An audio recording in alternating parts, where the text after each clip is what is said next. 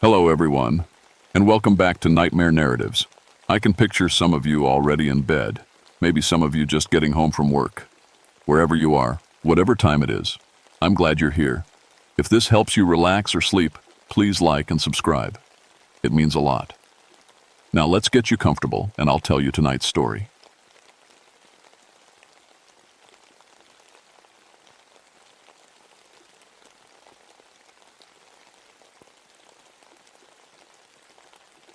My name is Elena Vasquez, and I've been a ranger for 3 years now.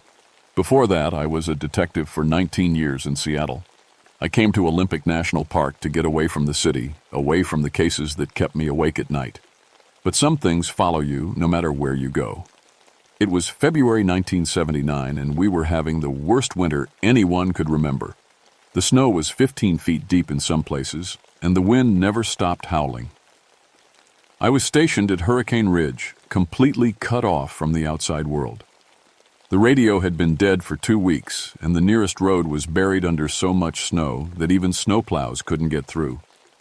I used to be good at my job as a detective, real good. But there was this one case, a little girl named Amy Morrison, only 8 years old. Someone took her from her backyard while her mom was making dinner. I spent 2 years on that case, following every lead, checking every tip. Nothing. The case went cold, and I started drinking. My wife left me. My daughter stopped talking to me. That's when I knew I had to get out of the city. The Park Service was happy to have someone with my background. They said my investigation skills would be useful for search and rescue operations. What they didn't tell me was how quiet the mountains could be, how the silence could make you hear things that weren't there, how the cold could make you see shadows moving in the trees. I was alone at the research station when the call came in. Well, not exactly a call, more like a weak radio signal that broke through the static for about 10 seconds. Dr. Sarah Kim's voice, crackling and distant. "Elena, something's wrong here. The tracks, they don't make sense. Can you hear me?" Then nothing. Static. Silence. The research team had been up at the weather station for 4 days, studying the unusual snow patterns. 6 people. Dr. Sarah, H. Kim, Dr. Michael Torres, Dr. Jennifer Walsh, graduate student Tom Bradley, and 2 research assistants, Lisa Chen and Mark Rodriguez. They were supposed to check in every 12 hours. It had been 72 hours since their last contact. I put on my heaviest coat and grabbed my emergency pack. The wind was so strong I could barely stand up straight. The snow was coming down sideways, stinging my face like tiny needles. I had to use a rope to guide myself between the buildings because I couldn't see more than 5 feet ahead. The research station was only 2 miles away, but it took me 3 hours to get there. The whole time I kept thinking about Amy Morrison, about how her mother had called me every day for 6 months, asking if I'd found anything new, about how I'd eventually stopped taking her calls because I didn't know what to say. When I finally reached the station, something felt wrong immediately. The lights were on, and I could see warm yellow light coming from the windows. But the place was too quiet. No generator noise, no voices, no movement. Just the howling wind and the soft hiss of snow against the roof. I knocked on the door. No answer. I tried the handle. It was unlocked. Inside, the coffee pot was still on, steam rising from a fresh cup sitting on the counter. Someone's jacket was draped over a chair like they'd just taken it off. A half-finished crossword puzzle lay on the table, pencil still in someone's hand, but no people. Nowhere. I called out their names, my voice echoing in the empty station. "Sarah? Michael? Anyone here?" The silence that came back made my skin crawl. It was the kind of silence that felt alive, like something was listening. I started searching the rooms systematically, the way I used to search crime scenes. Everything looked normal, too normal. Beds were made, personal items were exactly where they should be. In Sarah's room, I found her notebook open to today's date. The last entry was written in her neat handwriting. The footprints are getting closer. They walk in perfect circles around the building. Elena needs to know about the eyes. What eyes? What footprints? I grabbed my flashlight and went back outside. The wind had died down a little, and I could see better now. That's when I found them. The tracks in the snow. They were huge, at least 22 inches long and 8 inches wide. But that wasn't the strangest part. The strangest part was how they moved. The tracks formed a perfect circle around the research station, like someone had walked around and around the building. But these weren't human footprints. They were too big, too deep, and the stride was wrong. Too long for a person, even a very tall person. I followed the tracks with my flashlight beam. They led away from the station toward the tree line, but something was wrong with them. In some places, the snow around the prints had a strange blue tint to it, and it wasn't melting. Even though the temperature was well below freezing, the snow everywhere else was starting to melt from the station's heat. But not around these tracks. My radio crackled to life. Sarah's voice came through clearly. "Elena, don't follow the tracks. It can see you when you look at them. It knows you're coming." I grabbed the radio. "Sarah, where are you? Are you okay?" But when I pressed the talk button, I heard something that made my blood freeze. It was my own voice, but I wasn't speaking. "I never should have come here. I'm not strong enough. I couldn't save Amy, and I can't save them." I dropped the radio in the snow. That was impossible. The radio was in my hands. How could my voice be coming through it? I picked it up again, hands shaking. "Sarah, if you can hear me, tell me where you are." This time a different voice answered, a man's voice, but speaking very slowly, like he was having trouble forming words. "She's with us now. We're all together. We're waiting for you, Elena. We know what you did. We know what you didn't do." The voice was Tom Bradley, one of the graduate students. But something was wrong with the way he was talking. Tom was from Texas. He had a thick accent. This voice had no accent at all. It was flat, emotionless, like someone reading from a script. I started walking faster, following the tracks toward the trees. My flashlight beam bounced up and down as I moved, creating dancing shadows in the snow. The tracks were getting fresher. I could tell because the edges were sharper, less worn by the wind. Then I saw something that made me stop dead in my tracks. About 50 feet ahead, sitting peacefully in the snow with his back against a tree, was Dr. Michael Torres. He was perfectly still, and even from a distance, I could see he was smiling. "Michael," I called out, running toward him. "Are you hurt? Where is everyone else?" As I got closer, I realized why he was so still. Dr. Torres was frozen solid. His skin was blue-white, and frost covered his eyebrows and beard. But the strangest thing was his expression. He looked happy, peaceful, like he was having the most wonderful dream. His eyes were wide open, but they weren't normal. They were completely white, like someone had painted over them with milk. And in his lap was a notebook, open to a page filled with writing. But it wasn't his handwriting. It was mine. I picked up the notebook with trembling hands. The page was covered with details about my life that Michael couldn't possibly know. My mother's maiden name, the address of the house I grew up in, the name of my first dog, and then, at the bottom of the page, in my own handwriting, Elena Vasquez, age 43, divorced, drinks too much, failed to save Amy Morrison because she was too scared to check the old warehouse on Pine Street. But I had checked that warehouse. Twice. There was nothing there. Wasn't there? I backed away from Michael's body, my heart pounding so hard I could hear it over the wind. The notebook fell from my hands, and when it hit the snow, I heard something that shouldn't have been possible. I heard Amy Morrison's voice, 8 years old and scared. "Detective Vasquez? I'm in the warehouse. I'm scared. Why didn't you come find me?" I spun around, but there was no one there. Just the dark trees and the endless snow. But the voice had been so clear, so real. It was exactly how Amy had sounded in the home videos her mother had shown me. The same slight lisp, the same way she pronounced my name.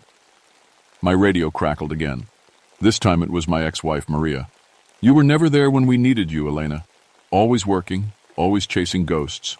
No wonder our daughter won't talk to you." I turned the radio off and threw it in the snow. This was impossible. Maria was in California with our daughter. She couldn't be on this frequency. And besides, the radio had been dead for 2 weeks. The temperature was dropping fast. My breath came out in thick white clouds, and I could feel the cold seeping through my coat. I had to find the others and get back to the station before the storm got worse.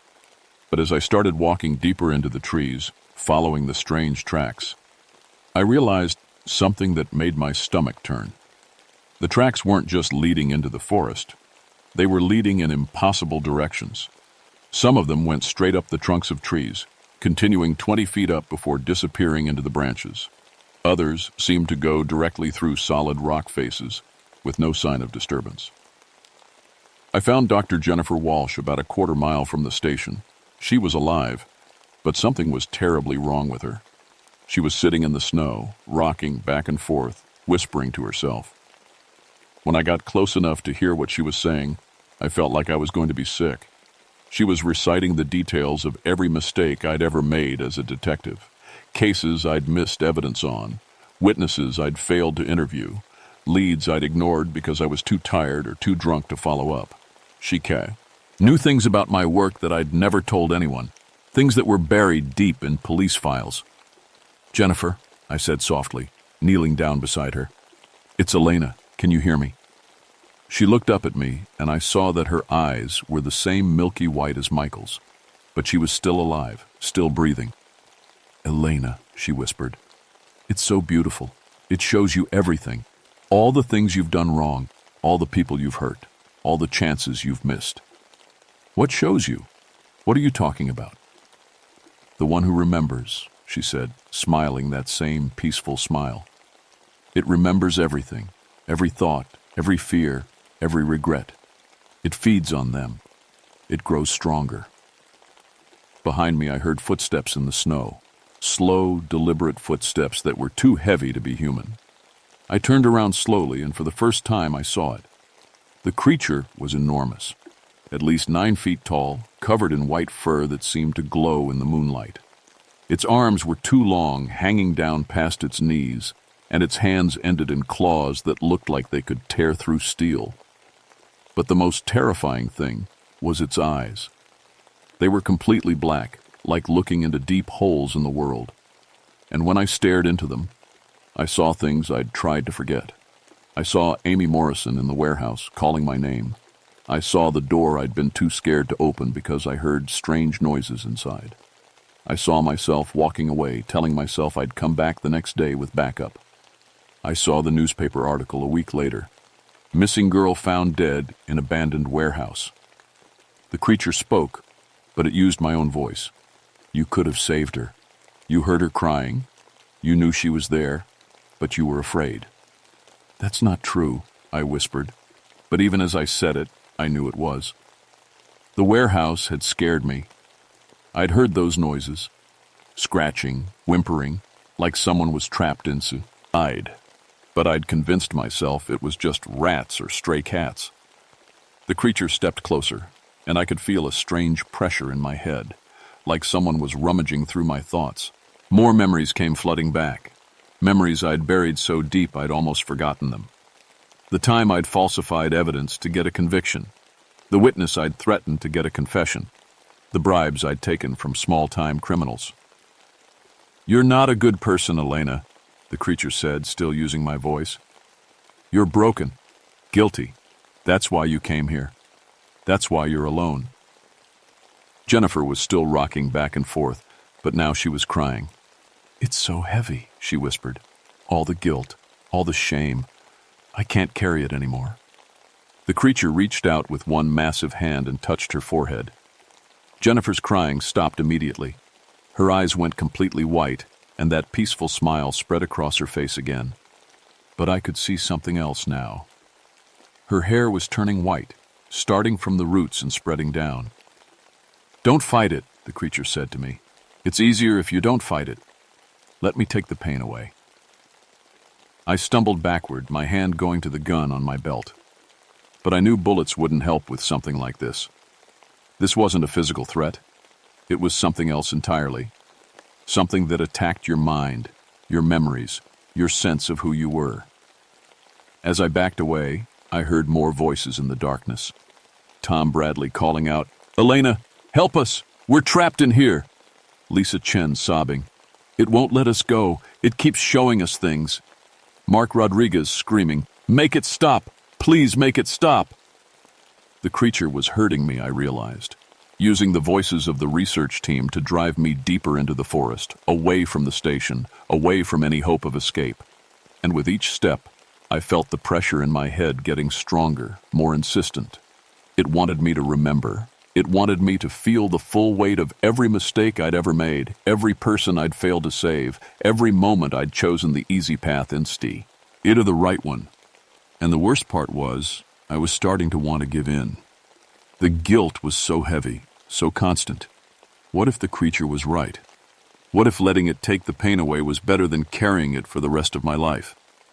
The creature led me to a small clearing where the rest of the research team was waiting. They were all alive, but they looked like Jennifer. White hair, white eyes, sitting in the snow with those peaceful smiles. They were arranged in a perfect circle, holding hands, and I could hear them whispering together. At first I thought they were chanting, but as I got closer, I realized they were reciting memories. My memories. Things I'd done, things I'd failed to do, things I'd tried to forget. They spoke in unison, their voices blending together into a horrible chorus of guilt and regret. "Amy Morrison was in the warehouse for 3 days," they chanted. "She called for help, but nobody came. Elena heard her crying, but Elena was afraid. Elena chose to walk away." "Stop," I whispered. "Stop it." But they continued. "Elena falsified evidence in the Williams case. Elena took money from drug dealers. Elena lied to her daughter about why Mommy left. Elena drinks because she hates herself." The creature stood in the center of the circle, and I could see that it was changing, getting bigger, more solid, more real. Every memory it pulled from my mind seemed to feed it, to make it stronger. "This is what I am," it said, and now its voice was a mixture of all the voices I'd ever heard. Amy Morrison, my ex-wife, my daughter, my old partners, the families of victims I'd failed to save. "I am the weight of what you've done. I am the voice that keeps you awake at night. I am the reason you came to this mountain to hide." I pulled out my gun, knowing it was useless but needing to do something. "Let them go." The creature laughed, and the sound was like breaking glass. "They don't want to go. They're free now. Free from the burden of their own failures. Free from the pain of remembering. You're killing them. I'm saving them. Just like I saved all the others who came before you. Hunters, hikers, researchers.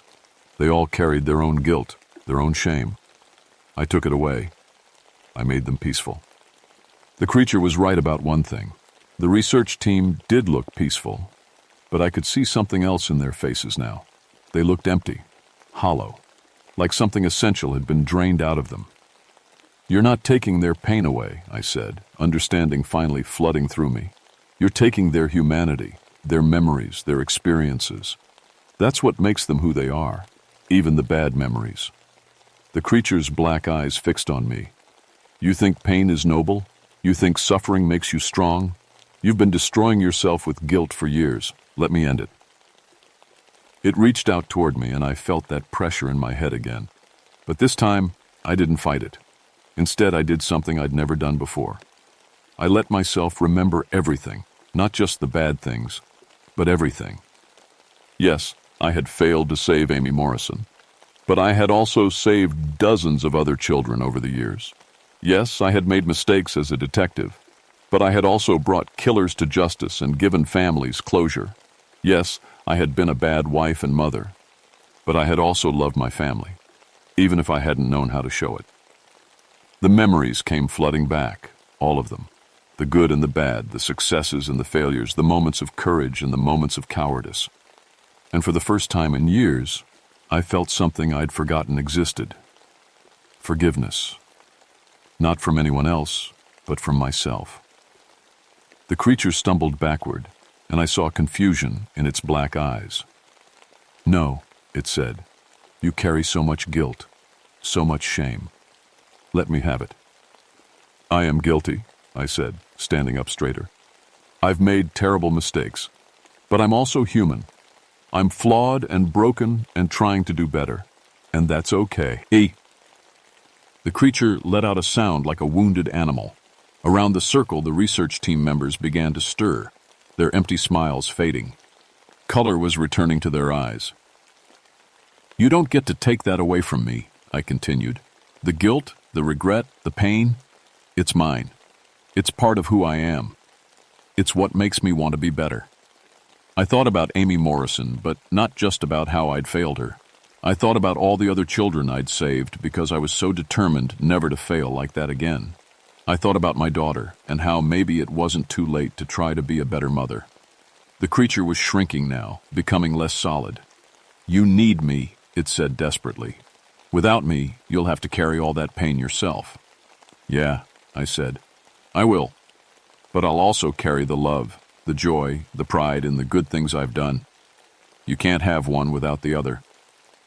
The creature let out one final scream and dissolved into the snow, leaving nothing behind but a patch of dead grass and the sound of wind through the trees. The research team recovered slowly. 3 of them, Tom Bradley, Lisa Chen, and Mark Rodriguez, had to be hospitalized when we finally got back to civilization. They had severe frostbite and what the doctors called acute psychological trauma. Their hair stayed white, and they all had trouble sleeping for months afterward. Jennifer Walsh and Sarah Kim were luckier. They recovered most of their memories, though they said it was like waking up from a dream they couldn't quite remember. Michael Torres didn't make it. We found him the next morning, still frozen against that tree, still smiling. The official report listed the cause of death as exposure and hypothermia. There was no mention of mysterious footprints or psychological attacks. The government people who showed up to debrief us made it very clear that we were to keep certain details to ourselves. I was transferred to a desk job in Washington, D.C. within a month. They said it was for my own good, but I knew they were worried about what I might say. They assigned me a therapist and made me take regular psychological evaluations. But something had changed in me during that night in the snow.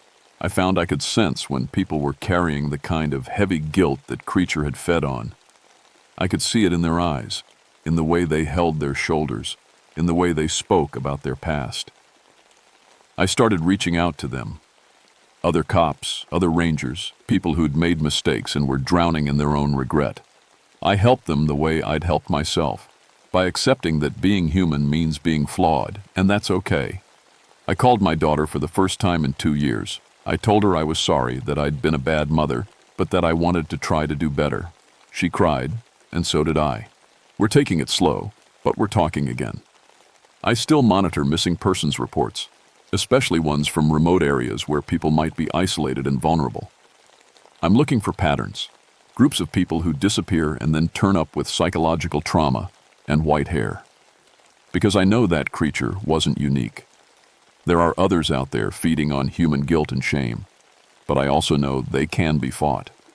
Not with guns or weapons, but with acceptance, with forgiveness, with the understanding that being broken doesn't mean being worthless. Sometimes late at night I still hear Amy Morrison's voice.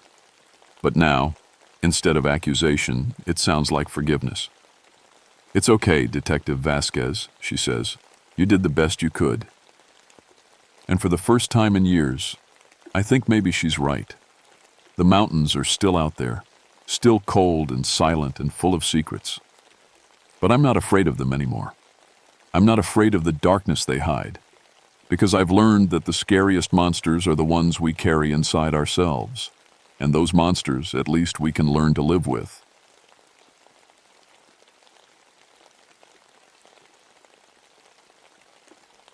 My name is David Clearwater, and I've been a park ranger for 14 years. Before that, I was an Army medic. I've seen things that would make most people sick. Broken bones sticking through skin, burns that cooked flesh black, blood pooling in places blood shouldn't be. But nothing, and I mean nothing, prepared me for what happened at Basswood Lake in November 1984. I'm telling you this because someone needs to know. The official reports say it was just exposure deaths. 5 people died from the cold, they said. Tragic accident. But that's not what happened. What happened was something my great-grandfather warned me about in stories I thought were just old tales meant to scare kids. I'm Ojibwe, and my people have words for things that don't have names in English. Wendigo is one of them. It means the hunger that never stops, the thing that eats and eats but is never full. I never believed those stories until I felt that hunger take hold of my own mind.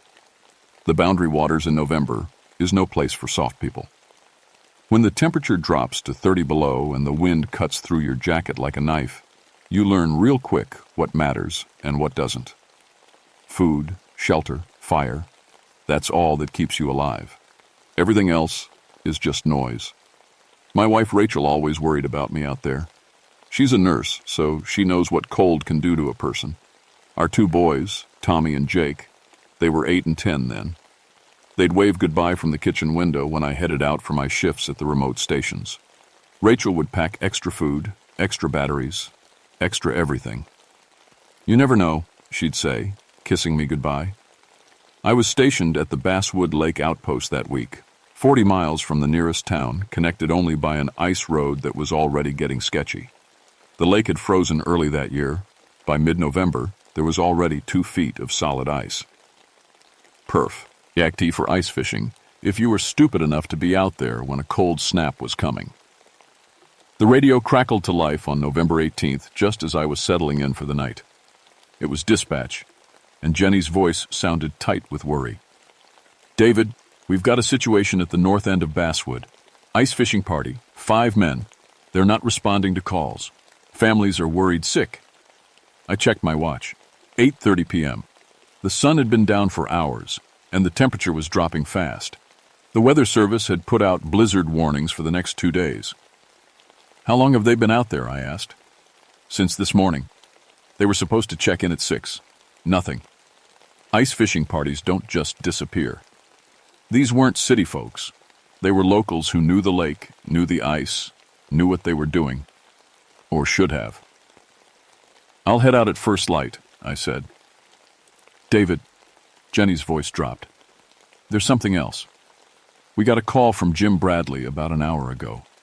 He said his brother Tom was acting strange. Real strange." Tom Bradley was my partner, stationed at the Moose Lake outpost 15 miles south. We'd worked together for 3 years. He was solid, dependable, the kind of guy who'd share his last sandwich with you. "Strange how?" "Jim said Tom showed up at his house around dinner time asking for food. Said he was hungry, real hungry. But when Jim offered him a sandwich, Tom just stared at it like it was poison. Then he left without saying a word." I felt a cold spot in my stomach that had nothing to do with the weather. "Did you raise him on the radio?" I tried. No answer. That night, I couldn't sleep. The wind howled around the cabin, and every sound made me think of footsteps on the ice. I kept thinking about Tom's strange behavior, about 5 men who'd vanished without a trace. The aurora was dancing green and white across the sky, which H meant radio communications would be spotty at best. Around 3 a.m. I heard something that made my blood freeze. It was a sound like fingernails on a chalkboard, but deeper, louder. It seemed to come from the ice itself. A scraping, grinding noise that went on for maybe 30 seconds before stopping. I grabbed my flashlight and checked outside. The beam cut through the darkness, showing nothing but snow and ice stretching to the horizon. But there, maybe 50 yards from the cabin, I saw something that didn't belong. Tracks. Not animal tracks. I knew every animal track in these woods. These were long, deep gouges in the snow, like something with claws had been dragging itself across the ice. The tracks led north, toward where the fishing party had last been seen. I followed them with my flashlight beam until they disappeared into the darkness. Whatever made them was heavy, heavier than any animal that lived in these woods, and it was heading in the same direction I'd be going in the morning. Dawn came gray and bitter. The thermometer outside my cabin read minus 32 degrees. I loaded my snowmobile with emergency supplies, first aid kit, extra fuel, food, blankets, radio equipment. The machine started hard in the cold, coughing black smoke before settling into a steady rumble. I followed the shoreline north, staying close to the tree line where the ice was thickest. The tracks I'd seen in the night were gone, covered by fresh snow that had fallen before dawn. But I could still feel something wrong about the morning. The usual sounds were missing. No birds, no squirrels chattering in the trees. Even the wind seemed to be holding its breath. The fishing spot was about 8 miles from my cabin, in a bay where the lake narrowed between 2 points of land. It was a popular spot because the water stayed shallow there, and the fish liked to gather in the deeper pools just offshore. I saw the camp before I reached it. 3 ice fishing shelters, dark shapes against the white ice. A truck parked on the shore. No smoke from the heating stoves, no mow. Vehement, no sound except the wind. I killed the snowmobile engine and called out, "Hello, Park Service!" Nothing.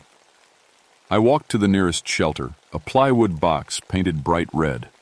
The door was hanging open, banging in the wind. Inside, I found a strange scene. The hole in the ice was still open, kept from freezing by a small heater that was still running. Fishing gear was scattered around like someone had left in a hurry, but there was no sign of the fishermen. The second shelter was the same. Equipment left behind, heater running, hole still open. In the third shelter, I found the first sign of trouble. Blood. Not much, just a few drops on the wooden floor. But it was fresh, bright red against the gray wood. I knelt down and examined it with my flashlight. Definitely human blood, and it hadn't been there long. "Hello?" I called again, louder this time. "This is Ranger Clearwater. If anyone can hear me, please respond." The wind picked up, and I heard something that made my skin crawl. It sounded like someone moaning, but faint, like it was coming from far away. I listened hard, trying to figure out where it was coming from. There, northeast of the camp, maybe 100 yards away. I grabbed my medical kit and started walking toward the sound. The snow was deep here, and I had to high-step through drifts that came up to my knees. I found Gary Muller about 50 yards from the camp. I'd met Gary before. He was a local guy, maybe 50 years old, who'd been fishing these waters since he was a kid. But the thing I found didn't look much like the Gary I remembered. He was sitting in the snow, his back against a fallen log. His eyes were closed, and he was making that moaning sound deep in his throat. His clothes were torn, and there was blood on his hands and face. "Gary!" I called out, running toward him. "Gary, can you hear me?"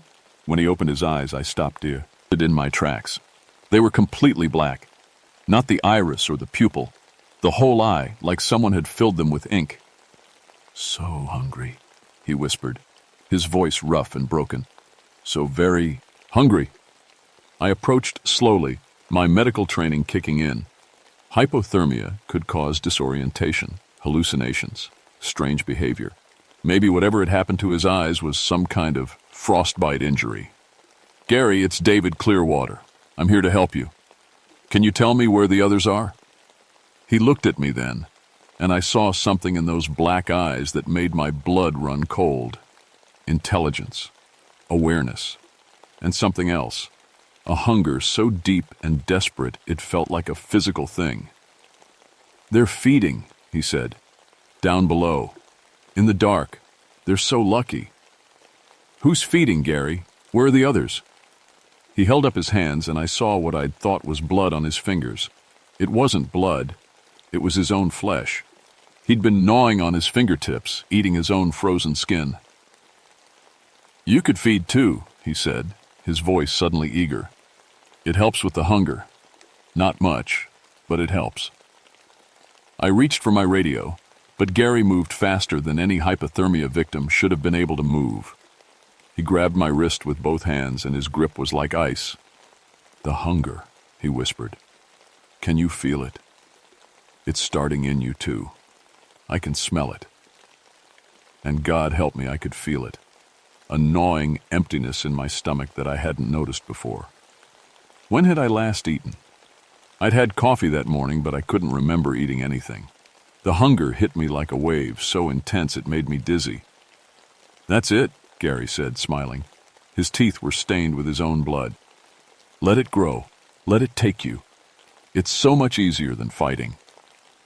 I jerked my hand away and stumbled backward. The hunger was getting worse, a cramping pain that doubled me over. I'd eaten dinner the night before, I knew I had. But my body was screaming for food like I hadn't eaten in days. "Where are the others?" I demanded, fighting to keep my voice steady. Gary pointed toward the tree line. "Follow this. A trail. You'll find them. They found the source." I looked where he was pointing and saw more of those strange tracks in the snow. Not quite human, not quite animal.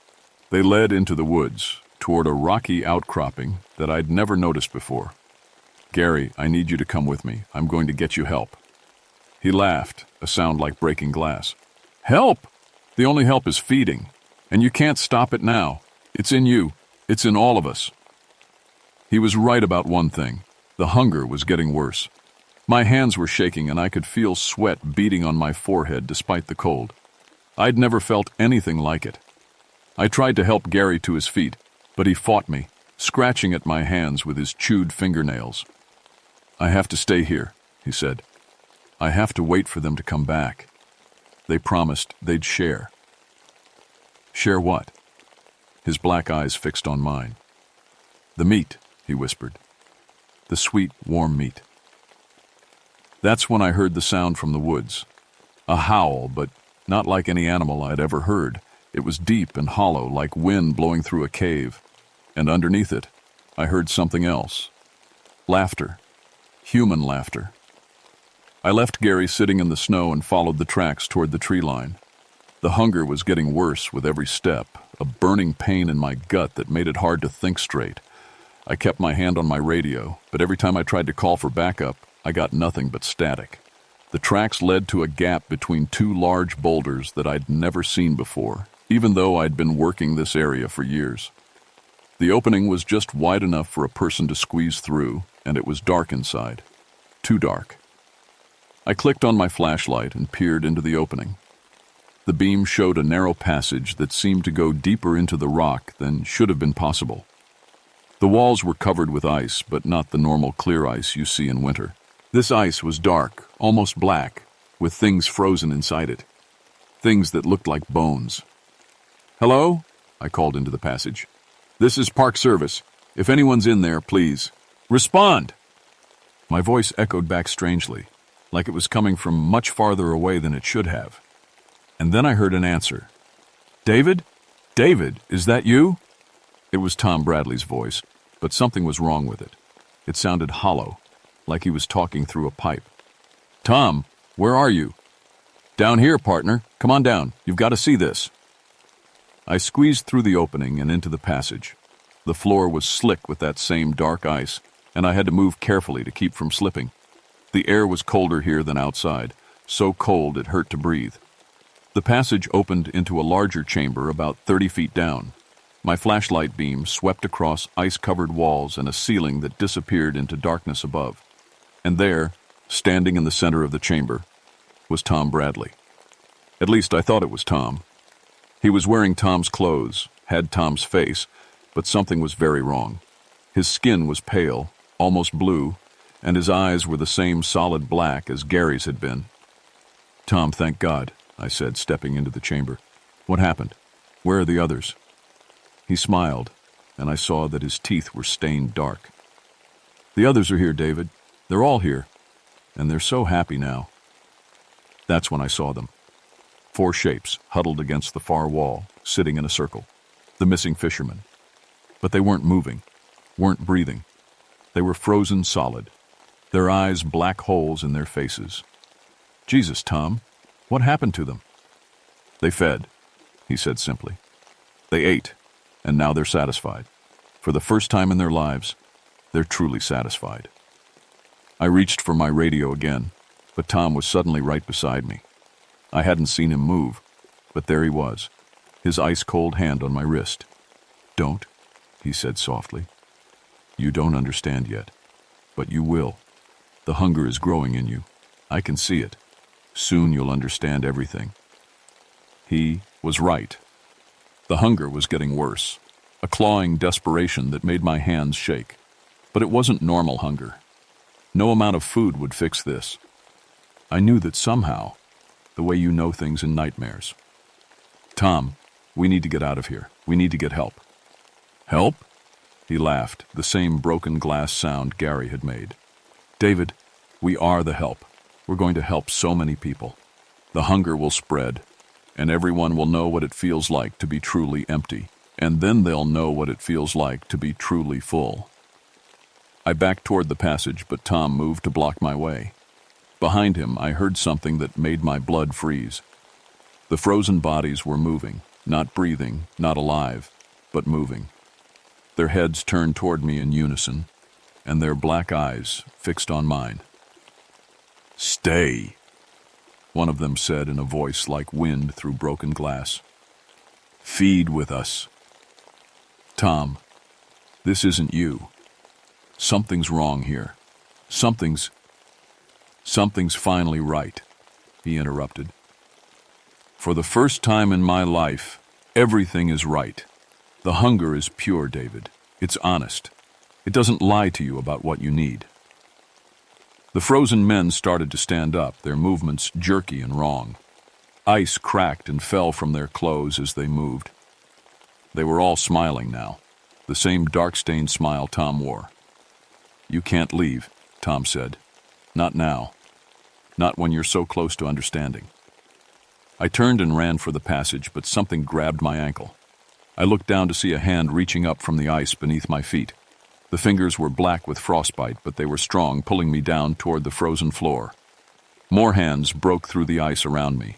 The chamber was full of them, reaching up from beneath the frozen surface. I jerked my leg free and stumbled toward the passage, but Tom was there waiting for me. "You can't fight it forever," he said. "The hunger will win. It always wins."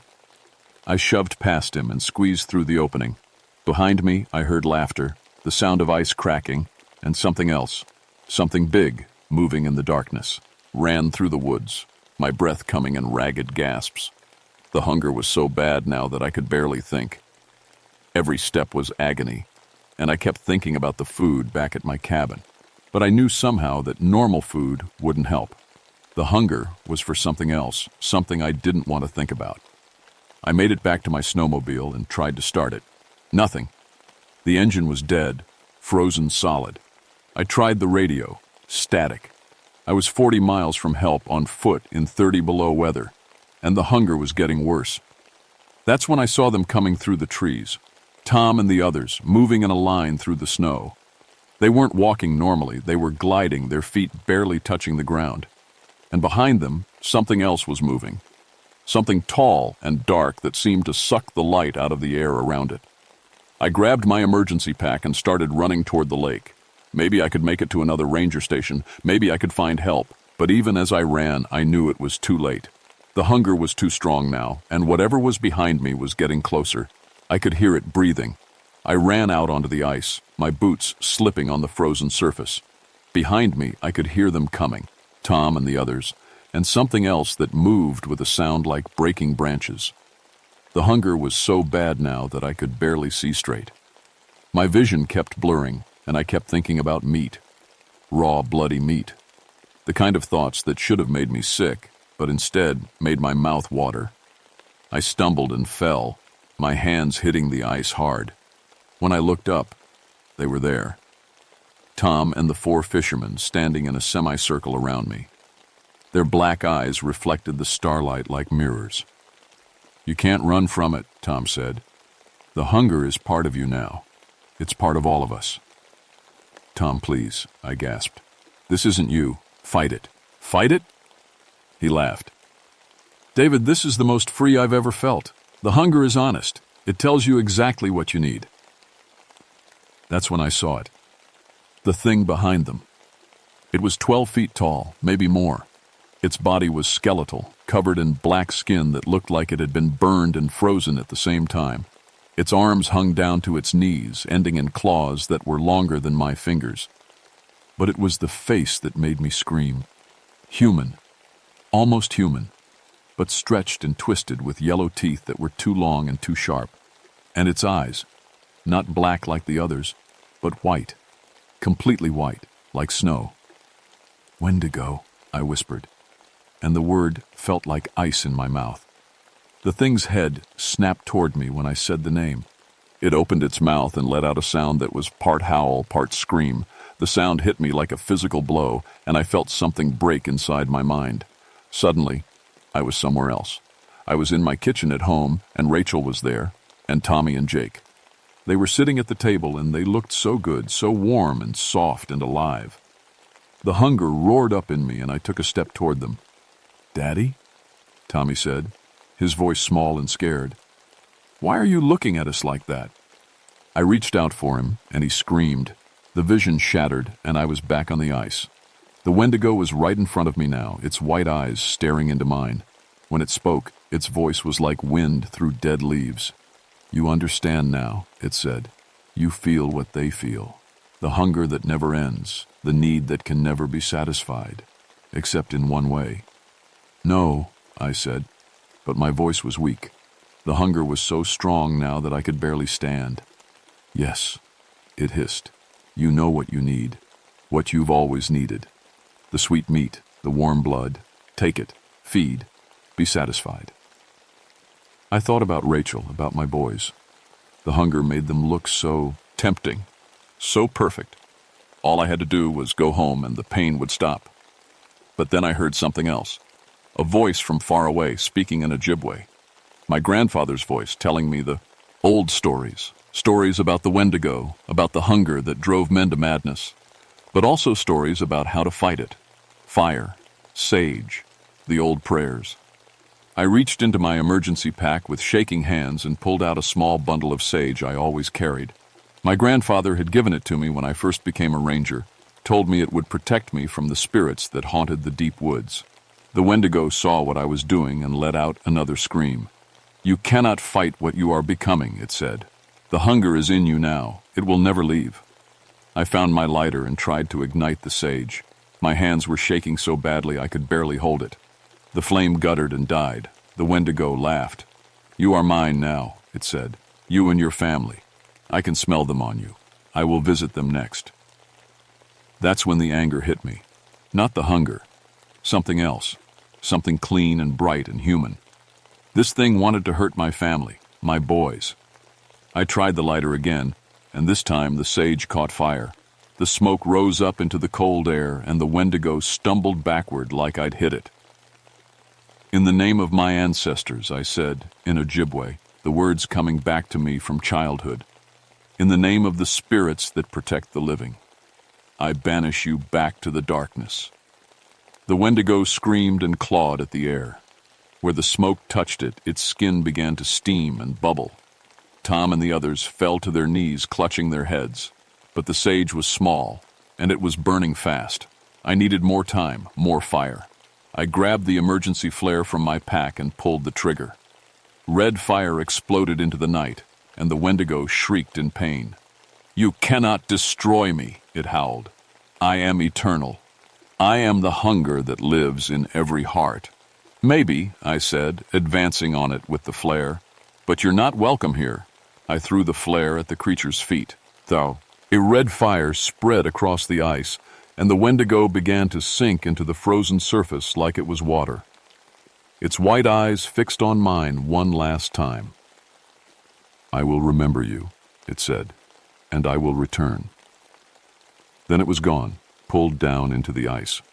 Tom and the others collapsed, their eyes returning to normal.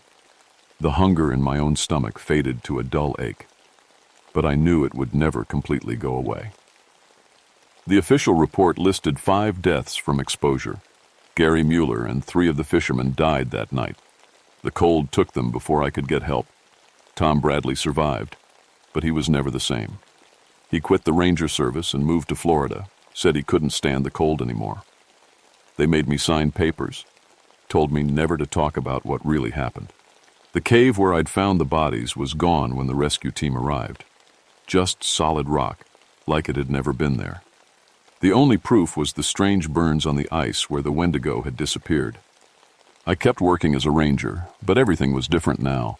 The hunger never fully left me. It's always there, a small voice in the back of my mind whispering about meat and blood and things I try not to think about. I've learned to live with it, to control it, but it's always there. Rachel noticed the change in me. I'd catch her watching me sometimes, worry in her eyes. I ate less, slept less, jumped at sounds that weren't there. She thought it was PTSD from my army days, and I let her think that. It was easier than the truth. The boys grew up and moved away. Tommy became a doctor, Jake an engineer. Good careers, safe careers, far from the wilderness where things like the Wendigo still hunt. I made sure of that. I started working with the tribal elders, learning the old ways of protection and purification. They taught me prayers and ceremonies, gave me stronger sage, showed me how to make fire that would burn even in the coldest weather. They knew what I'd faced, even if they couldn't speak of it openly. Over the years, I've helped other rangers deal with things they couldn't explain, missing persons cases that made no sense, campers found with strange injuries, babbling about creatures that couldn't exist. I've learned to recognize the signs, to know when the Wendigo is stirring, because it's still out there. I can feel it sometimes, in the deepest parts of winter when the cold bites hardest. It's waiting, patient as ice, for the right moment to return. And when it does, it will remember me. The hunger remembers everything. I'm retired now, living in town with Rachel. But every winter, when the temperature drops and the lakes freeze over, I pack my emergency kit and drive out to the remote stations. I check on the young rangers, make sure they know the old stories, give them sage and teach them the prayers they'll need. Most of them think I'm just a crazy old man. That's fine. I'd rather be crazy than have them face what I faced with no protection at all. Because the Wendigo isn't gone. It's never gone. It's just waiting for the next person who gets hungry enough, desperate enough, to listen to its whispers. And when that happens, when someone finally gives in to the hunger that can never be satisfied, it will rise again. I see it sometimes in my dreams. Those white eyes, that skeletal face. And I hear its voice, patient as winter itself. I will remember you, and I will return. I believe it will. The hunger never dies. It just waits.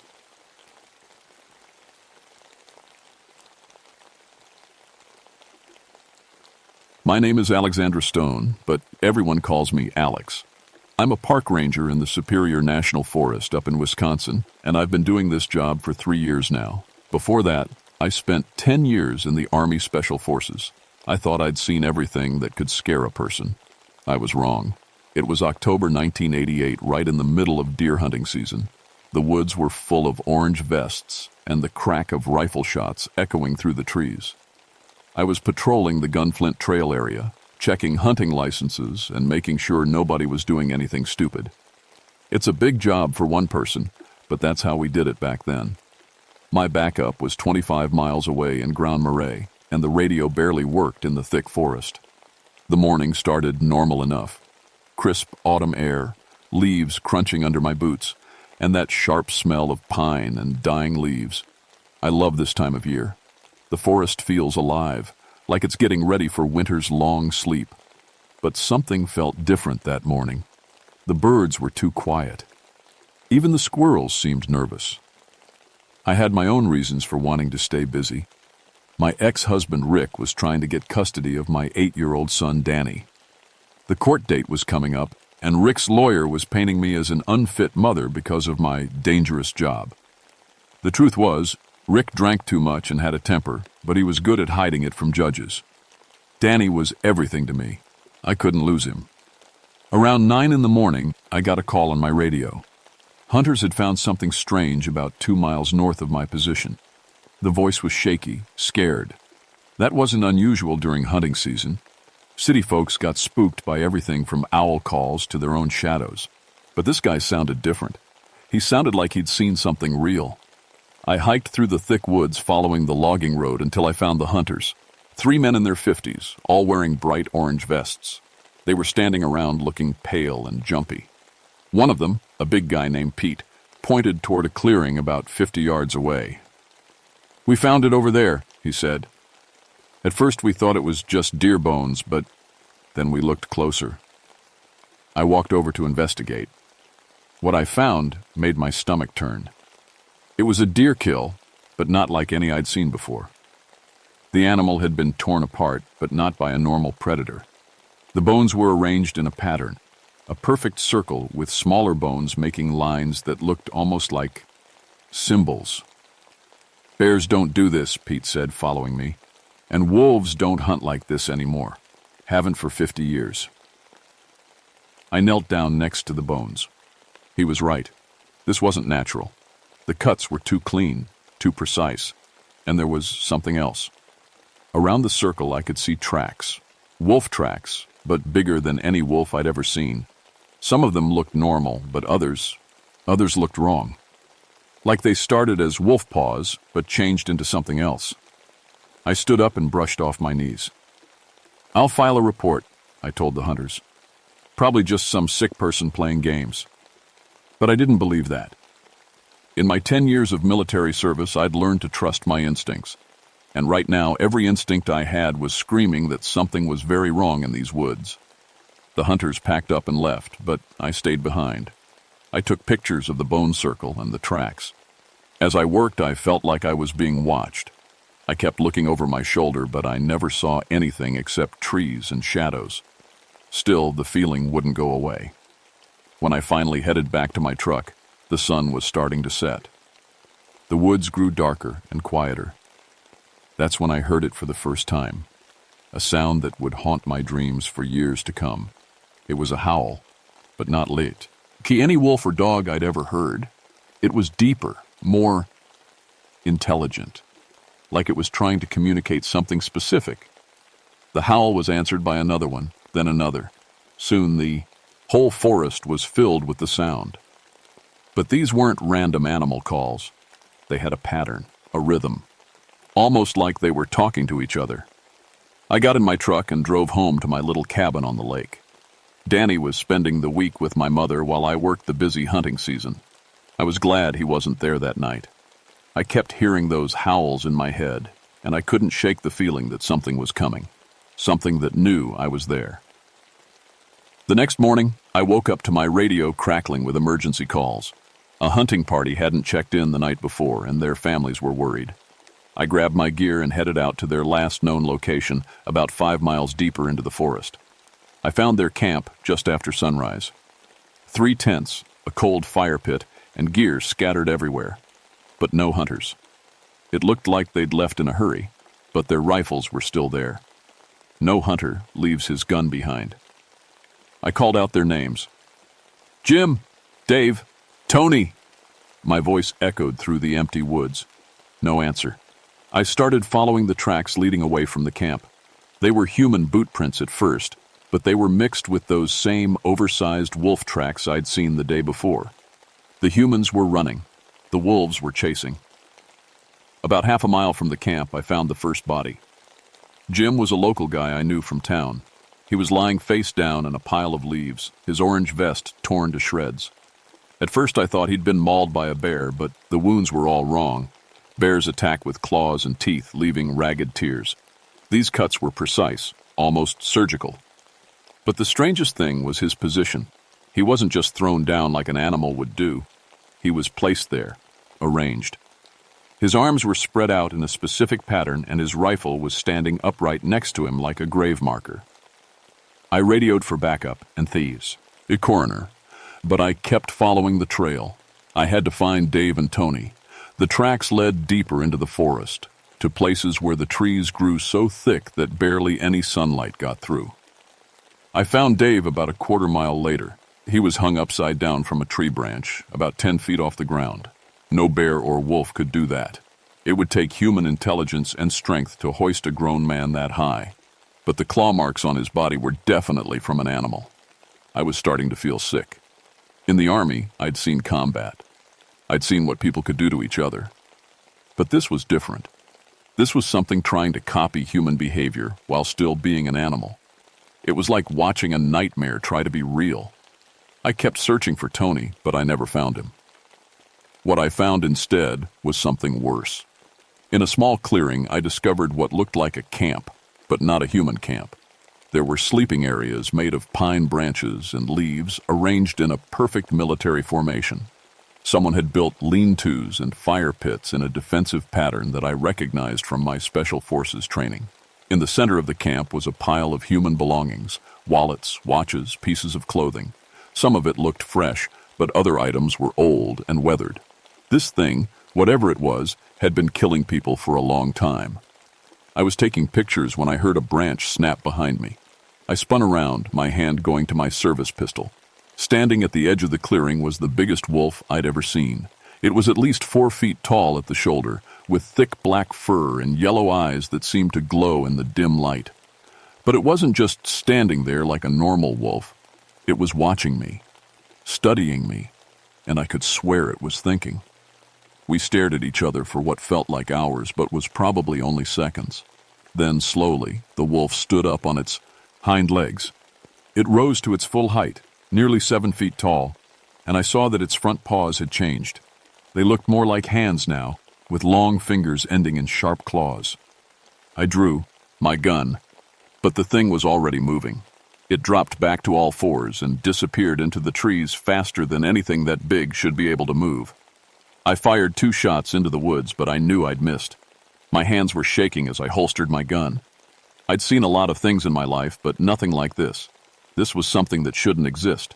Something that belonged in old stories and nightmares, not in the real world.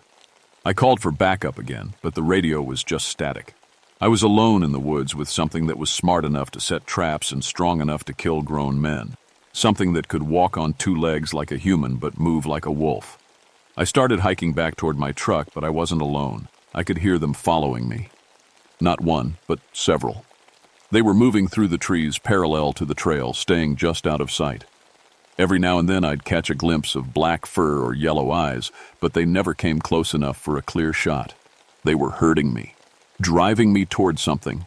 I realized they weren't just animals acting on instinct, they were using tactics, military tactics. I'd learned those same tactics in the army, pincer movements, flanking maneuvers, coordinated attacks. But how could wild animals know about military strategy? When I finally reached my truck, I was exhausted and scared, but I was also angry. These things had killed people I knew. They were treating human beings like prey, like toys to be played with. I drove back to town and filed my report, but I knew nobody would believe me. Wolves that could stand upright, animals that used military tactics. It sounded crazy even to me, but I had the pictures, I had the evidence, and I had a feeling this was just the beginning. Over the next 3 days, 6 more hunters went missing. The Forest Service wanted to close the area, but the local sheriff said we needed more evidence. More evidence? We had bodies and witnesses, but apparently that wasn't enough.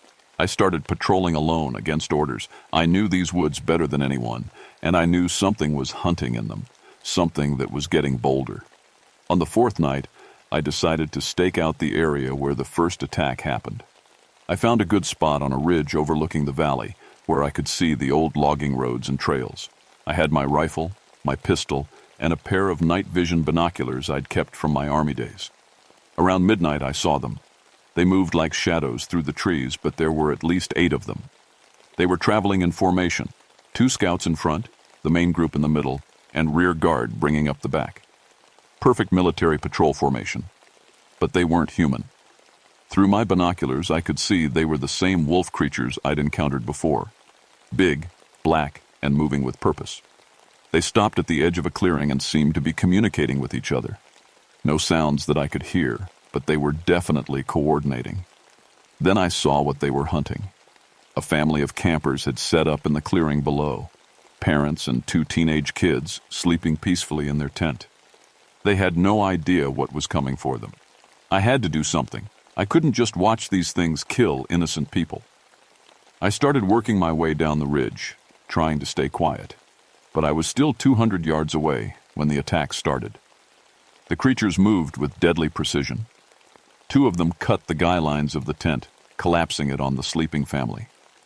The others surrounded the area, cutting off any escape routes. When the family tried to get out, they were driven back by growls and snapping teeth. But they weren't killing them, not yet. They were playing with them, terrorizing them. I reached at the edge of the clearing and took aim with my rifle. The first shot took down one of the creatures, and it fell with a very human-like scream. The others immediately scattered, but they didn't run away. They regrouped and started moving toward my position. I helped the family get to their car while keeping watch for the creatures. The parents were in shock, but the kids were crying and asking questions I couldn't answer. "What were those things?" the boy kept asking. "Were they werewolves?" I didn't know what to tell him. I wasn't sure what they were myself.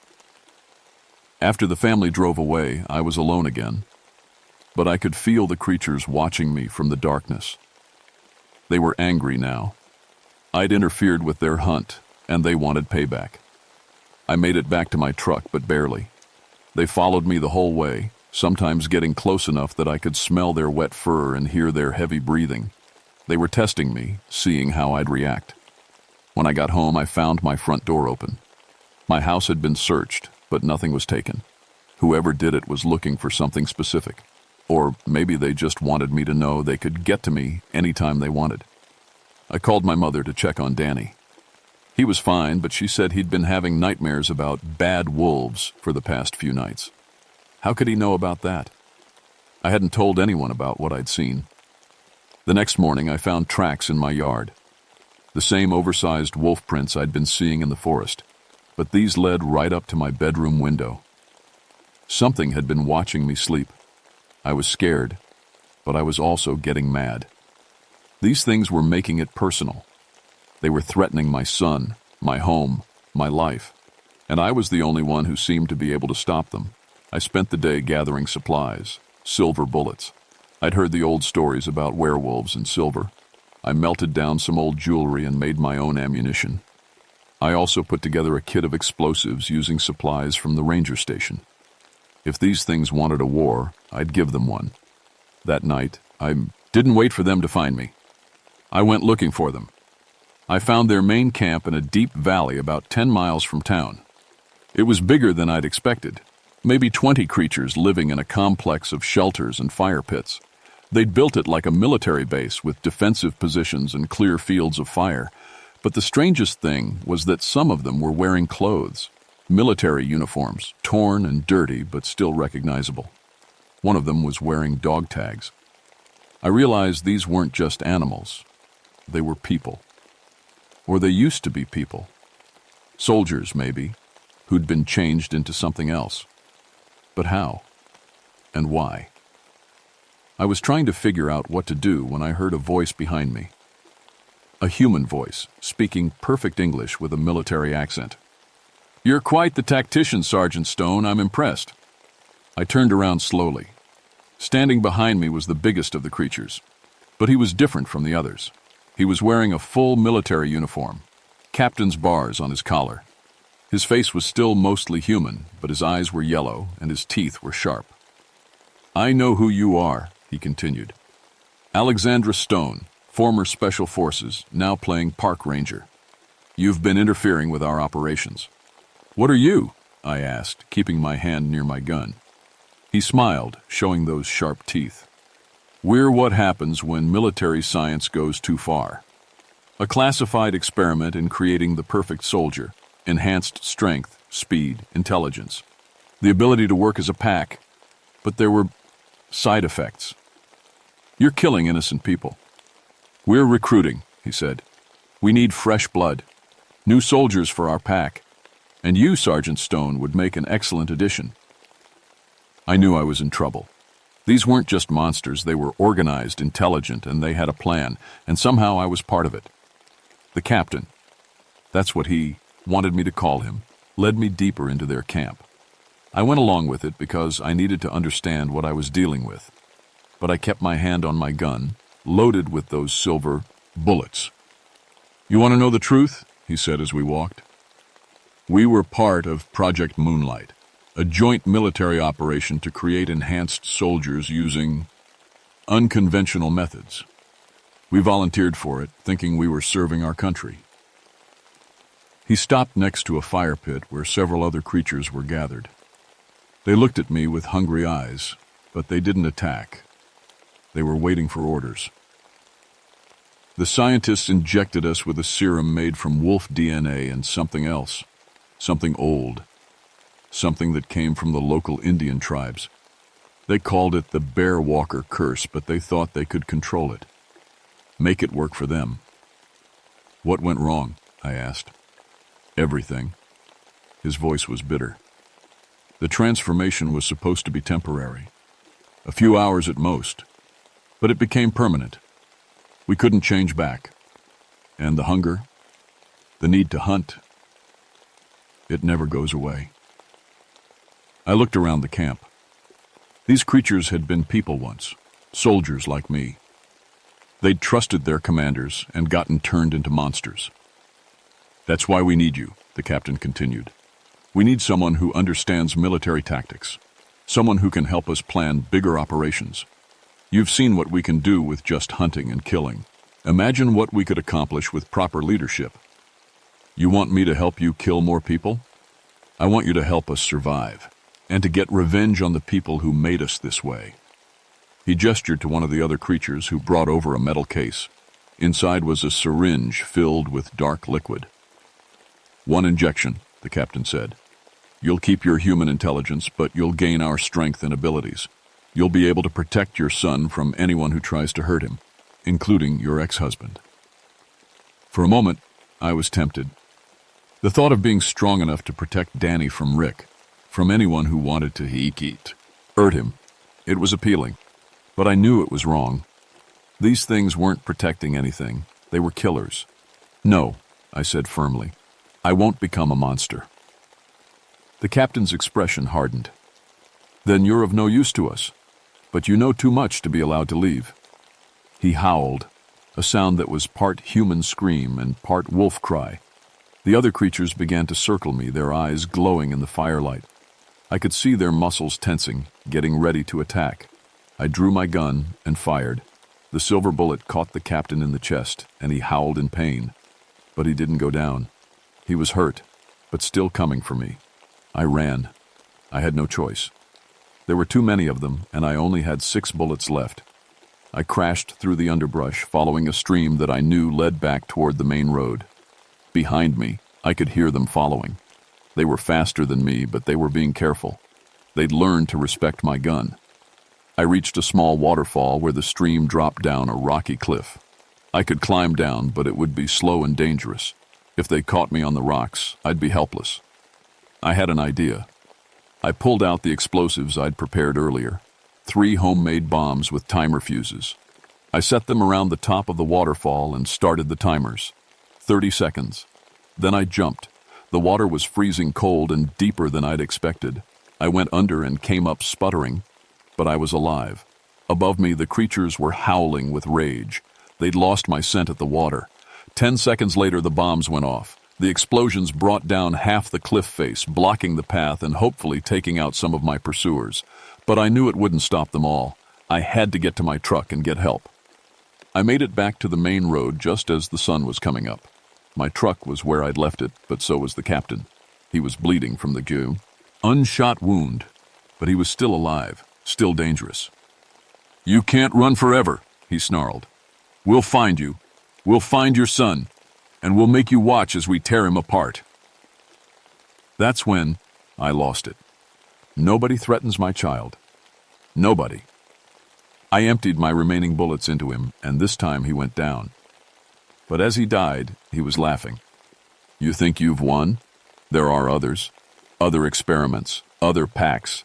This is just the beginning. I stood over his body, breathing hard. I'd won this fight, but I knew he was right. There were others out there, other monsters that the military had created and then lost control of. I was going to have to hunt them all. The official report said there was a gas leak explosion at an old mining facility. The bodies they found were listed as unidentified vagrants who'd been squatting in the area. Nobody mentioned werewolves or military experiments. But 3 days after the captain died, I got a visit from some men in black suits. They said they were from the Department of Defense, and they had some questions about my encounter with hostile entities. They knew everything, about the pack, about the experiments, about what I'd done. They offered me a choice: stay quiet and go back to my ranger job, or join their special unit that dealt with unusual threats. I chose the job. How could I go back to checking hunting licenses when I knew there were monsters out there? Monsters that the government had created and then tried to cover up. They gave me better training, better weapons, and better backup. I learned that there were dozens of these experiments going on around the country. Most of them had been shut down, but some of the subjects had escaped, like the pack I'd fought. My first assignment was tracking down the survivors from the Wisconsin pack. I found 2 of them in Minnesota, living in a cave system near the Canadian border. They'd gone completely wild, no human intelligence left, just animal instinct.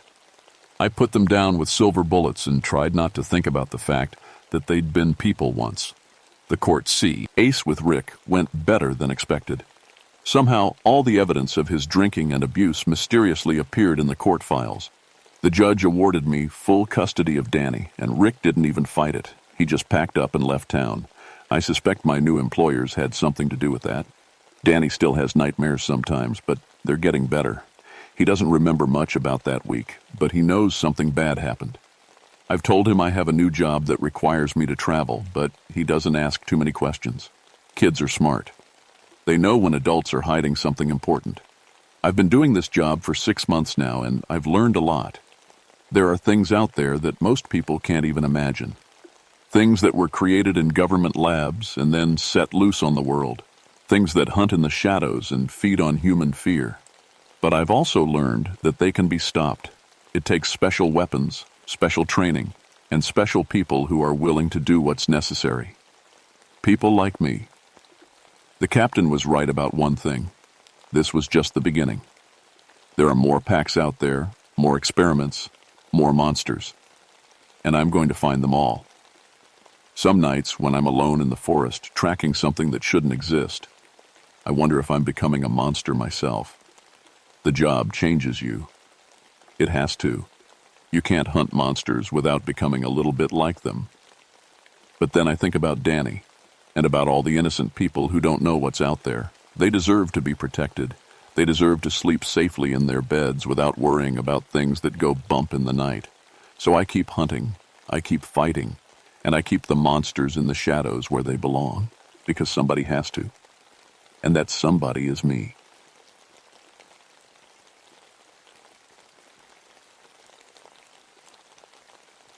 My name is Dr. Michael Torres, but everyone just calls me Mike. I've been a ranger at Great Smoky Mountains National Park for 16 years now, and I thought I'd seen everything these mountains could throw at me. Bears, lost hikers, flash floods, medical emergencies, you name it. I've handled it. But nothing prepared me for what happened in the Elkmont Historic District that cold May in 1975. I used to be a child psychologist, had a practice in Knoxville, nice house, beautiful wife, and a daughter named Sarah, who was the light of my world. Sarah was 7 when she drowned in our neighbor's pool during a birthday party. One minute she was laughing with the other kids, the next minute she was at the bottom of the deep end. By the time we pulled her out, it was too late. After Sarah died, I couldn't go back to working with kids. Every child I saw reminded me of her laugh, her smile, the way she'd run to me when I got home from work.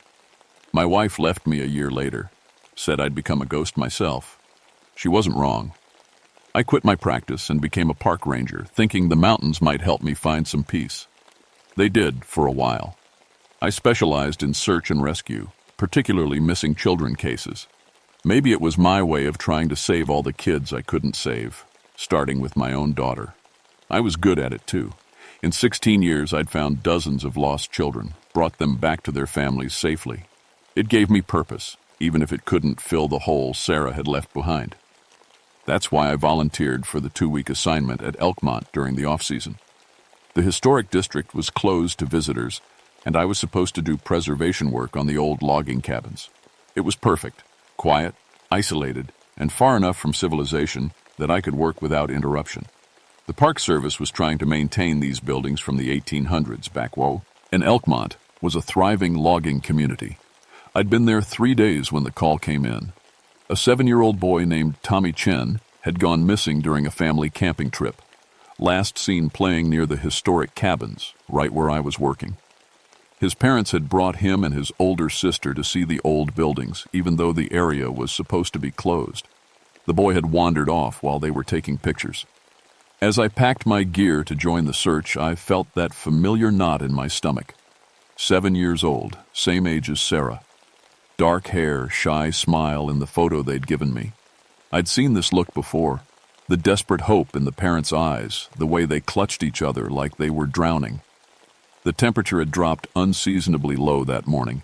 In May, it should have been warm and pleasant, but frost covered the ground around the cabins. My breath came out in white puffs as I called Tommy's name. The other searchers were working different areas of the park, but I knew these historic buildings better than anyone. If Tommy was hiding somewhere, I'd find him. That's when I found his jacket. It was inside the Appalachian Cabin, the oldest building in the district. The door was locked, and according to my records, it hadn't been opened in over a year. But there it was, a small blue windbreaker with Tommy written in his mother's handwriting on the tag. The jacket was ice cold, like it had been in a freezer. I radioed the other searchers, my hands shaking as I held the jacket. How had it gotten inside a locked building? And where was Tommy? I spent the next hour going through every inch of the Appalachian Cabin, looking for any sign of how Tommy or his jacket had gotten inside. The building was solid. No broken windows, no loose boards, no way a child could have squeezed through. The lock was old but secure, and I was the only one with keys to the historic buildings. As I searched, I noticed something else strange. The temperature inside the cabin was even colder than outside. My flashlight beam seemed dimmer somehow, and when I breathed, my breath didn't just fog. It crystallized, forming delicate ice patterns on the wooden walls. That's when I saw the toys. They weren't modern toys. In the corner of the main room sat a small wooden horse, hand-carved and painted with simple, faded colors. Next to it was a cornhusk doll wearing a tiny dress made from rough cloth. These weren't Tommy's toys. They looked like they belonged in a museum, or in this cabin, about 150 years ago. I picked up the wooden horse, and it was warm. Not just room temperature, actually warm, like someone had been holding it moments before. The paint was worn smooth in places, the way toys get when children play with them over and over. "Hello?" I called out. "Tommy? Are you here?" No answer, but I heard something else. Footsteps. Small ones, like a child walking across the wooden floor above me. I looked up at the ceiling, following the sound as it moved from one end of the building to the other. I climbed the narrow stairs to the second floor, my service weapon drawn. The floorboards creaked under my weight, but the footsteps I'd heard were lighter, softer. The upstairs room was empty except for dust and shadows. But in the dust, I saw them. Small footprints, bare feet, child-sized, leading from the stairs to the far window. I followed them, my heart pounding. The prints were perfectly clear, as if someone had just walked through moments before. The footprints stopped at the window. I looked out and saw more prints in the frost-covered ground outside. But that was impossible. The window was 20 feet off the ground, and it was locked from the inside. I was starting to feel dizzy, like the air was too thin. My watch had stopped at 11:47, though I was sure it had been working when I entered the cabin. How long had I been in there? I headed back downstairs, but the wooden horse was gone. So was the doll. In their place, scrackles. Heat into the dust on the floor were letters. H-E-L-P. My radio crackled. "Torres, this is Bass. Any sign of the boy?" I stared at the word in the dust, my mouth dry. "Negative. Still searching." "Copy that. Weather's getting worse. Temperature dropping fast." I looked around the cabin one more time. The cold was getting stronger, and I could see my breath even more clearly now. Frost was forming on the windows, creating intricate patterns that looked almost like faces.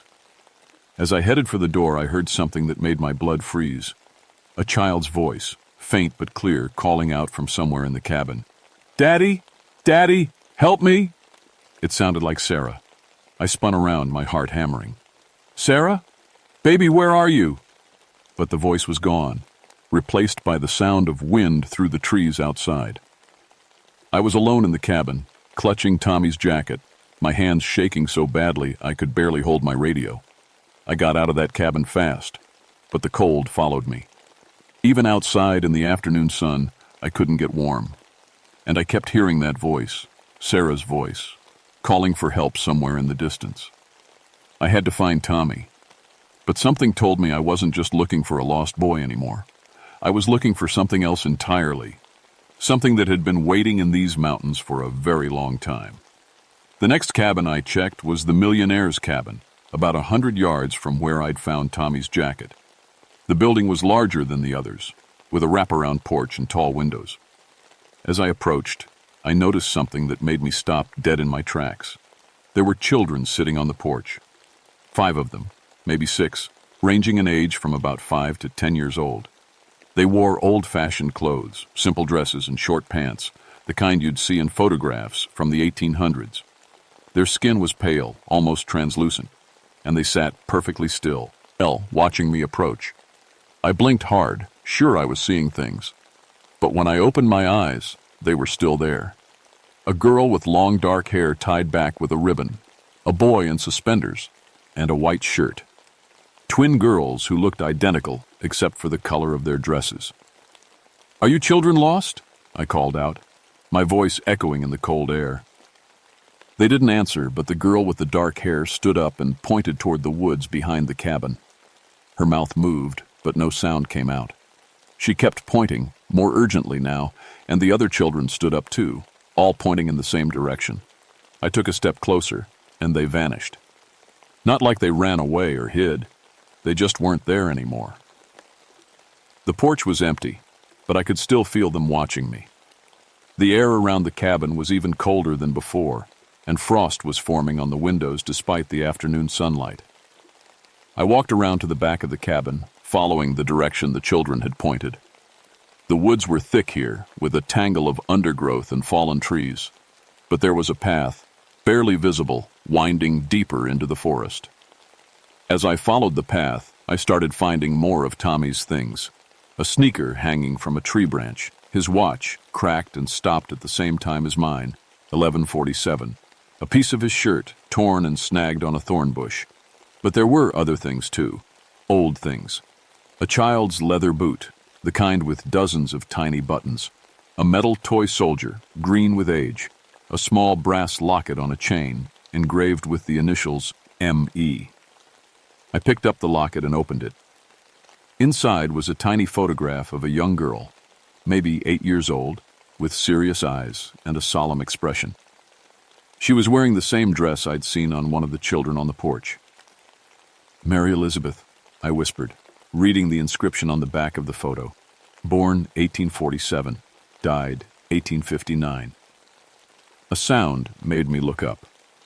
The children were back, standing in a semicircle around me.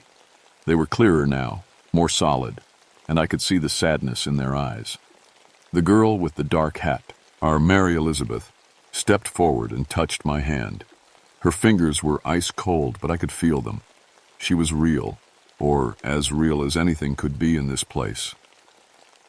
"Help him," she whispered, her voice like wind through dry leaves. "Please, help him." "Help who?" I asked, but I already knew. "Tommy," another child said, a boy with freckles and gap-toothed grin. "He's where we were. Where we died." The words hit me like a physical blow. "You're dead?" "The sickness came," Mary Elizabeth said. "The coughing sickness. We couldn't breathe. We couldn't get warm." Tuberculosis, I realized. I'd read about it in the historical records. In 1859, there had been an outbreak in the logging camp. 31 children had died that winter. "We tried to warn the others," the freckled boy said, "but they can't see us like you can. They walk right past us." "Tommy fell," Mary Elizabeth said. "In the old mine. He's hurt, and he's cold. So cold." The old mine. I'd heard about it, but never found it. It had been abandoned when the logging operations shut down, sealed up and forgotten. But Tommy had found it somehow, or it had found him. "Where?" I asked. The children began walking deeper into the woods, and I followed. The path got narrower, steeper, winding down into a hollow I'd never explored before. The trees here were different, older, more twisted, their branches reaching out like gnarled fingers. We walked for what felt like hours, but my watch was still stopped at 11:47. The sun didn't seem to move in the sky, and the cold kept getting worse. Ice was forming on the trees now, covering the leaves with a thin layer of crystal. Finally, we reached a clearing. In the center was a hole in the ground, maybe 3 feet across, surrounded by rotting timber and rusted metal. The old mine shaft. "Down there," Mary Elizabeth said. "He's down there, and he's dying." I knelt beside the opening and shined my flashlight down. The beam disappeared into blackness, but I could hear something. A faint sound, like breathing or crying. "Tommy?" I called. "Tommy? Can you hear me?" A weak voice drifted up from the depths. "Help me." He was alive. But the shaft was deep, maybe 40 feet, and the walls looked unstable. I'd need rope, equipment, backup. But by the time I got back with help, Tommy might be dead. "We can help," Mary Elizabeth said. "We can show you the way." "How?" "We know the mine. We died here. We know every tunnel, every passage. We can guide you." I looked at the ghost children standing around me, their faces pale but determined. They were offering to help me save Tommy even though they couldn't save themselves. "Why?" I asked. "Why do you want to help him?" "Because we know what it's like," the freckled boy said. "To be scared and alone and cold. We don't want him to feel that way." Mary Elizabeth nodded. "We've been waiting so long for someone who could see us, someone who could help." I thought about Sarah, about how I'd failed to save her, about all the children I'd found over the years, brought back to their families, about the ones I hadn't found in time. "Okay," I said, "show me." Going down into the mine was the hardest thing I'd ever done. The shaft was narrow, with handholds carved into the rock, but many of them had crumbled away over the years. I had to wedge my back against one wall and my feet against the other, inching my way down into the darkness. The ghost children floated beside me, their pale forms providing the only light. Mary Elizabeth stayed close, her cold hand sometimes touching my shoulder when I started to slip. "Not much farther," she whispered. "He's in the big chamber." The shaft opened into a wider tunnel, and I could finally stand up. The air was thick and stale, and I could hear water dripping somewhere in the distance. My flashlight beam showed rough walls and a floor covered with loose rocks and debris. "This way," the freckled boy said, pointing down a passage to my left. We walked through the tunnel, and I began to understand what had happened here. This wasn't just a mine. It was where the ghost children had come to hide when they got sick. Scratched into the walls were names, dates, messages. Johnny was here 1859. Mary loves Papa. I want to go home. We came here when the sickness got bad, Mary Elizabeth explained. The grown-ups were scared of catching it. They wouldn't let us come home, so we came here, where it was cool and quiet. "And you died here," I said. "One by one. Johnny first, then little Susan, then the twins. I was the last one. I tried to take care of the others, but I was sick too." The tunnel opened into a large chamber, and that's where I found Tommy. He was lying on a pile of old timbers, unconscious but breathing. His skin was pale and cold, and his lips were blue. Hypothermia. But he wasn't alone. Standing around him were more ghost children, dozens of them, all the kids who had died in the tuberculosis outbreak. They were watching over Tommy, trying to keep him warm with their own spirit energy. "We've been taking turns," Mary Elizabeth said, "sharing what warmth we have left. But it's not enough. He's dying." I knelt beside Tommy and checked his pulse. It was weak but steady. He was alive, but barely. I had to get him out of here fast. "Can you carry him?" Mary Elizabeth asked. I looked at the unconscious boy, then at the narrow tunnel we'd used to get here. "I don't know. The passage is too narrow, and he's dead weight." "There's another way," the freckled boy said. "An old exit tunnel, but it's dangerous. The roof has collapsed in places." "Show me." The ghost children led me to the back of the chamber, where a low tunnel disappeared into darkness. I could feel air moving through it, fresh air, which meant it led to the surface. I picked up Tommy, surprised by how light he was. The boy was thin, and the cold had made his body rigid. I cradled him against my chest, trying to share my body heat. Follow the lights, Mary Elizabeth said. We'll guide you. The tunnel was like a nightmare. Sometimes I had to crawl, on my hands and knees, dragging Tommy behind me. Other times the ceiling was so low I had to wriggle forward on my belly, pushing the boy ahead of me. But the ghost children were there every step of the way, their pale forms glowing in the darkness, showing me which passages were safe and which ones would collapse. When I got tired, they would whisper encouragement. When I got scared, they would remind me why I was doing this. You're saving him, Mary Elizabeth said as I struggled through a particularly narrow section. You're doing what no one could do for us. I'm trying, I gasped, my muscles burning from the effort. We know, the freckled boy said. We can feel it. Your love for children, your need to help them. It's why you can see us. We were getting close to the surface now.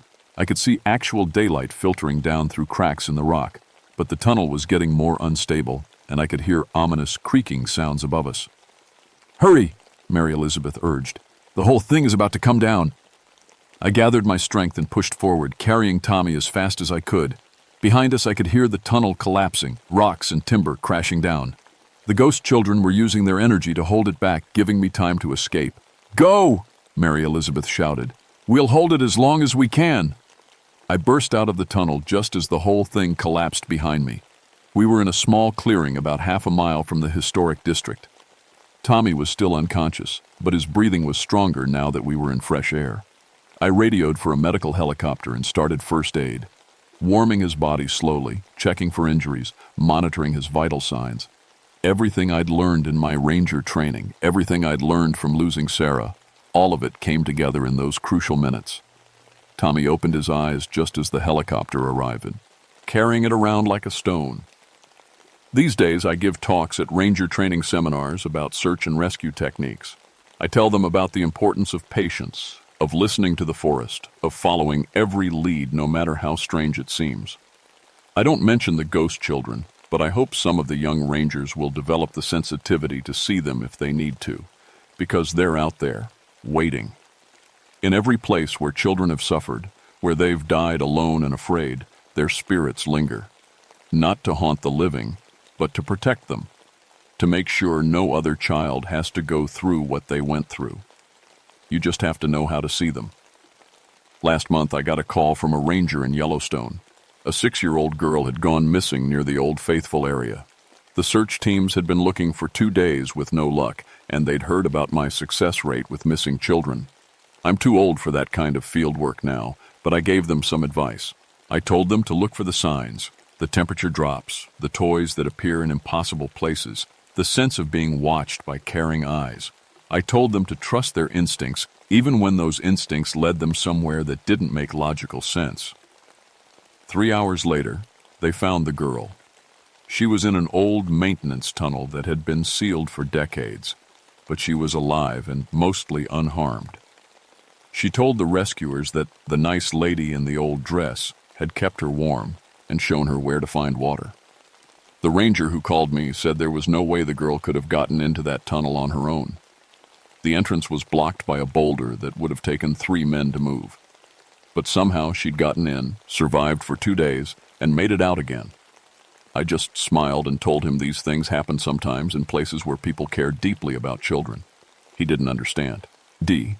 But maybe someday he will. The ghost children are still out there, still watching, still protecting. And as long as there are children who need saving, they always will be. My name is Dr. Michael Torres, and I've seen the other side of death. It's not empty and it's not cold. It's full of love and hope and the unbreakable bond between adults and the children they couldn't save in life. Sometimes, if you're very lucky, you get a second chance to save them. Sometimes they help you save yourself.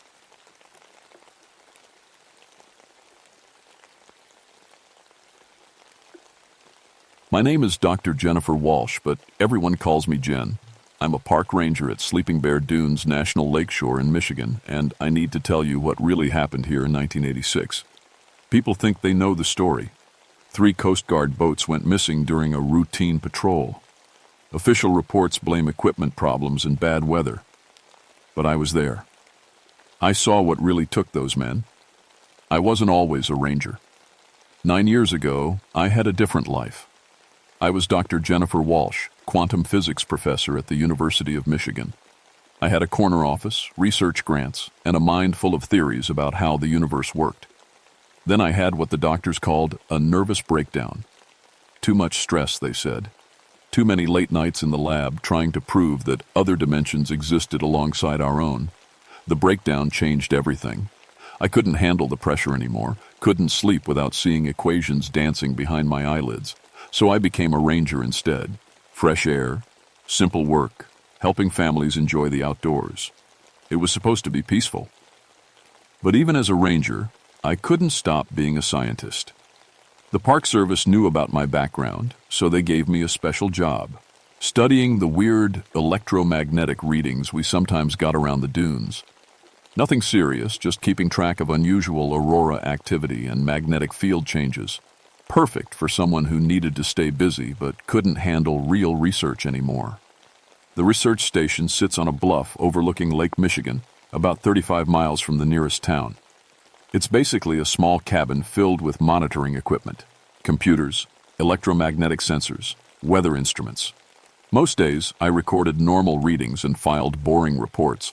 The solitude helped me heal. But October 12, 1986 wasn't a normal day. I woke up that morning to find my equipment going crazy. The electromagnetic sensors were picking up readings I'd never seen before. Massive distortions in the local magnetic field. The aurora activity monitor showed impossible spikes, as if the northern lights were somehow reaching down to Michigan. Outside, the morning felt wrong. The air was too still, too heavy. The lake stretched out like a mirror, not a single wave disturbing its surface. Even the seagulls were quiet. After 9 years of working outdoors, you learn to read nature's moods. Something was building. I called my assistant, Tommy Rodriguez, a college kid who helped me maintain the equipment. He was supposed to come in at 8, but by 9:30, he still hadn't shown up. Tommy was never late. The kid was more punctual than an atomic clock. The Coast Guard patrol was scheduled for 10 a.m. I could see their boats from my station, 3 gray vessels moving in formation about a mile offshore. They did this route twice a week, checking for smugglers and making sure fishing boats followed the rules. Routine stuff. I was adjusting the sensors when I noticed the aurora readings spike again. This time the numbers were so high they didn't make sense. Aurora activity this far south was rare, but the instruments were showing levels that should have lit up the entire sky. But the sky was clear, perfectly, impossibly clear. That's when I saw the Coast Guard boats stop moving. Through my binoculars, I could see them just sitting there on the water, engines running but going nowhere. No radio chatter, no movement on deck, just 3 boats floating like toys in a bathtub. I tried calling them on the radio, static. I tried the emergency frequency, more static. Even my cell phone, one of those big brick things, couldn't get a signal. The electromagnetic readings climbed higher. My coffee mug started vibrating on the desk. The fluorescent lights flickered, and just like that, the boats were gone. Not sunk, not moved. Gone. Like someone had erased them from the world. I stared through the binoculars at empty water, my hands shaking. This wasn't possible. Things don't just disappear. There had to be an explanation. Fog, equipment failure, anything but what I was seeing. But I was a scientist, even if I was a broken one. I knew what I'd observed. I had instruments that recorded everything. Whatever happened to those boats, it wasn't natural. I should have called for help right then. Should have radioed the Coast Guard base, contacted the police, done something official and responsible. Instead, I did what I always do when the world stops making sense. I started calculating. The math was impossible. I spent the rest of the morning running through every equation I could remember, trying to explain what I'd seen. The electromagnetic readings suggested a massive energy disturbance, something that would require more power than a nuclear reactor. But there was no source, no explanation for where that energy could have come from. By noon, I was getting desperate. I called the Coast Guard base in Traverse City, trying to sound calm and professional. "This is Dr. Walsh at the Sleeping Bear Research Station. I may have witnessed a maritime incident at coordinates." Dr. Walsh, we show all patrols returned safely this morning, the dispatcher said. Are you sure about those coordinates? I'm looking at the water right now. The boats were here. Then they weren't. Ma'am, I'm going to transfer you to our search and rescue coordinator. But the line went dead. Not disconnected. Dead. No dial tone, no static. Just silence. I tried calling again. The phone was completely dead, even though it had been working minutes earlier. The electromagnetic interference was getting worse. That's when Tommy finally showed up. I heard his truck pull into the parking area behind the station. The engine sound was wrong, sputtering and missing, like it was running on bad gas. Tommy was a gearhead who kept his truck in perfect condition. He'd never drive something that sounded like that. Tommy, I called out as he walked up the path. Where have you been? The readings today are completely...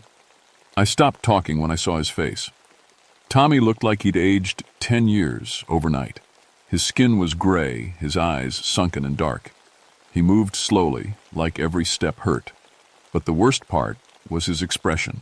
Blank, empty, like he was sleepwalking. Hey, Dr. Walsh, he said in a flat voice. Sorry I'm late. Had some car trouble.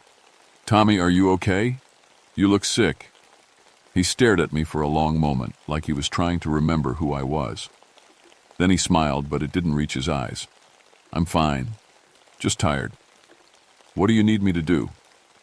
I wanted to send him home, but I needed help figuring out what had happened to the Coast Guard boats. The electromagnetic sensors are showing massive readings. I need you to check the backup instruments while I... Sure thing. He walked past me into the station, moving with that same slow, careful gait. I followed him inside and immediately knew something was wrong. The air felt thick, charged, like the moment before lightning strikes. My skin prickled with static electricity. Tommy went straight to the backup sensors, but instead of checking them, he just stood there, staring at the readouts. The numbers were climbing again, higher than they'd been when the boats disappeared. Tommy, what do you see? He didn't answer. He was perfectly still, like a statue. Even his breathing had stopped. Tommy? I reached out to touch his shoulder, and my hand went right through him. Not through his clothes or around his body. Through him. Like he was made of air. I jerked my hand back and stumbled backward. Tommy didn't react. He just kept staring at the instruments, his gray face reflecting the green glow of the readouts. This isn't real, I whispered. This isn't happening, but my instrument said otherwise. The electromagnetic readings were off the charts now, and I could see why. The air around Tommy was bending, distorting like heat waves rising from summer pavement. Space itself was warping around him. I backed toward the door, keeping my eyes on Tommy. He still hadn't moved. Then slowly he turned his head toward me. His eyes were completely black. The mathematics are beautiful, Dr. Walsh, he said in a voice that wasn't quite his. Would you like to see them? Numbers began appearing in the air around him, not on any screen or surface, floating in space itself. Equations I'd never seen before, but somehow understood. They described reality in ways that made my head hurt just looking at them. The barriers are thin here, Tommy continued. The dunes remember when the worlds were closer. Your instruments can detect the fluctuations, but they can't measure what's coming through. What's coming through? I managed to ask. Tommy smiled that empty smile again. We are. The numbers in the air began spinning faster, creating complex geometric patterns. The station's lights flickered and died. My instruments started sparking, and Tommy began to fade. Not disappear, fade. Like someone was slowly turning down his brightness. I could see through him to the wall behind, could see the spinning equations through his dissolving body. Tommy, fight it! Whatever's happening, fight it! But he was already gone. The equations hung in the air for a moment longer, then scattered like leaves in the wind. The power came back on. The instruments stopped sparking. I was alone in the station with the smell of ozone and the sound of my own panicked breathing. On the backup sensors, the electromagnetic readings showed normal levels, like nothing had happened. But Tommy's truck was still in the parking lot, and Tommy was gone. I ran outside and searched everywhere, the parking lot, the path down to the beach, the woods behind the station. I called his name until my voice gave out, but I knew I wouldn't find him. He'd gone to the same place as the Coas, St. Guard boats. The same place I was starting to understand wasn't really a place at all. It was the space between places. The gaps in reality where things that shouldn't exist could slip through. And now they knew I could see them. I should have left then. Should have packed up my equipment and driven straight to the nearest police station. But I couldn't leave without understanding what had happened to Tommy and those Coast Guard crews. As a scientist, I needed answers. As a human being, I needed to know if I could help them. The next 3 days were the longest of my life. I stayed at the station, monitoring the instruments and trying to make sense of what I'd witnessed. The electromagnetic readings stayed normal during the day, but every night around midnight, they'd spike again. Not as high as when the boats disappeared, but high enough to make my equipment malfunction. During those spikes, I started seeing things. Shadows that moved wrong, shapes in the dunes that weren't there when I looked directly at them. The feeling of being watched by something that existed just outside my vision. On the second night, I found footprints in the sand leading from the beach to my station. They looked human at first glance, but when I measured them, they were wrong. Too long, too narrow, with marks that could have been toe impressions or claw marks. The prints led right up to my door, then stopped. Whatever had made them had stood there for a while. The sand was packed down like someone had been shifting their weight back and forth, but there were no prints leading away. I called the police that morning, but they weren't much help. Missing persons reports required a 48-hour wait, and the Coast Guard had already told them their patrol boats were accounted for. As for Tommy, they suggested he might have walked home and forgotten about his truck. But his truck keys are still I explained. And his wallet. And his work boots. The officer who took the report was polite, but clearly thought I was overreacting. People forget things when they're upset, ma'am. I'm sure he'll turn up. But I knew he wouldn't. Not the real Tommy, anyway. The third night, the electromagnetic readings spiked higher than ever. I was ready this time, with cameras set up and backup instruments running. If something was going to happen, I wanted to record it. At 11:47 p.m., the instruments started screaming. The electromagnetic sensors maxed out completely. The Aurora activity monitor showed levels that should have been visible from space. Every piece of electronic equipment in the station began malfunctioning at once. And then I saw them. They came up from the beach like a tide of living darkness. Not quite human-shaped, but close enough to be disturbing. They moved in perfect synchronization, like dancers following the same choreography. There were dozens of them, maybe hundreds. Through my night vision scope, I could see they weren't really solid. They flickered in and out of existence like bad television reception. Sometimes they looked human. Sometimes they looked like geometric patterns that hurt to focus on. They surrounded the station but didn't try to enter. They just stood there in the dark, watching, waiting. I grabbed my radio and tried to call for help, but the electromagnetic interference was too strong. I tried my cell phone, my landline, even my emergency beacon. Nothing worked. That's when I heard the voice. It came from everywhere and nowhere, speaking directly into my mind without using sound. The words formed in my thoughts, like they'd always been there. Dr. Jennifer Walsh, we know you. I pressed myself against the wall, trying to stay away from the windows. What do you want? You see the mathematics. You understand the equations. You know the barriers are failing.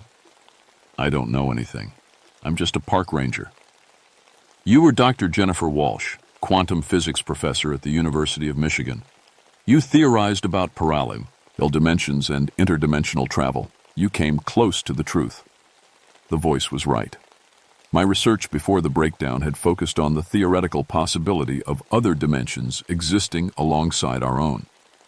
I'd published papers on quantum mechanics and space-time distortions. But it was all theory, all math on paper. Your research was correct, the voice continued. The barriers between worlds are thin here. Your instruments can detect our presence when we cross through. But detection is not enough. We need anchor points in your reality. Anchor points? Consciousness. Minds that can perceive us and give us form in your dimension. Your assistant understood. The Coast Guard crews understood. Now you must understand. Through the windows, I could see the shadow figures moving closer. They weren't walking. They were flowing, like liquid darkness pouring across the sand.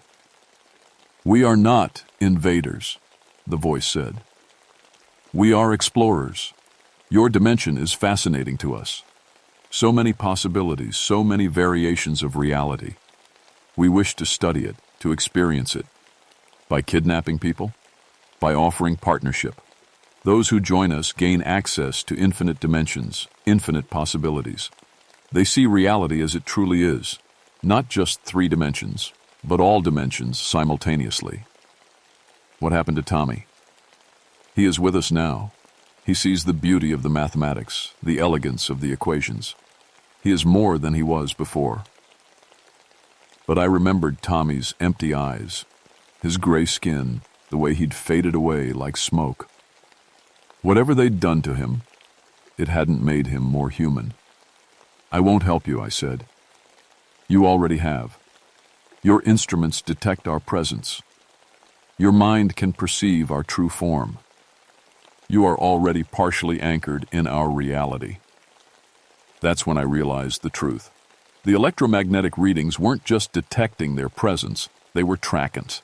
The breakdown of reality itself. Each spike in the readings meant the barrier between dimensions was getting weaker. And I was the cause. My equipment, my research, my ability to see them, it was all creating a permanent opening between worlds. Every time I observed them, I made them more real in our dimension. "You understand now," the voice said. "The choice is not whether to help us. The choice is whether to help us willingly." The shadow figures were at the windows now. I could see their faces, human features that shifted and changed like reflections in disturbed water. Some of them looked like Tommy. Others looked like the missing Coast Guard crews. "We can make the transition painless," the voice offered. "You will retain your consciousness, your memories, your identity. But you will also gain so much more. You will see the universe as it truly is." I looked at my instruments.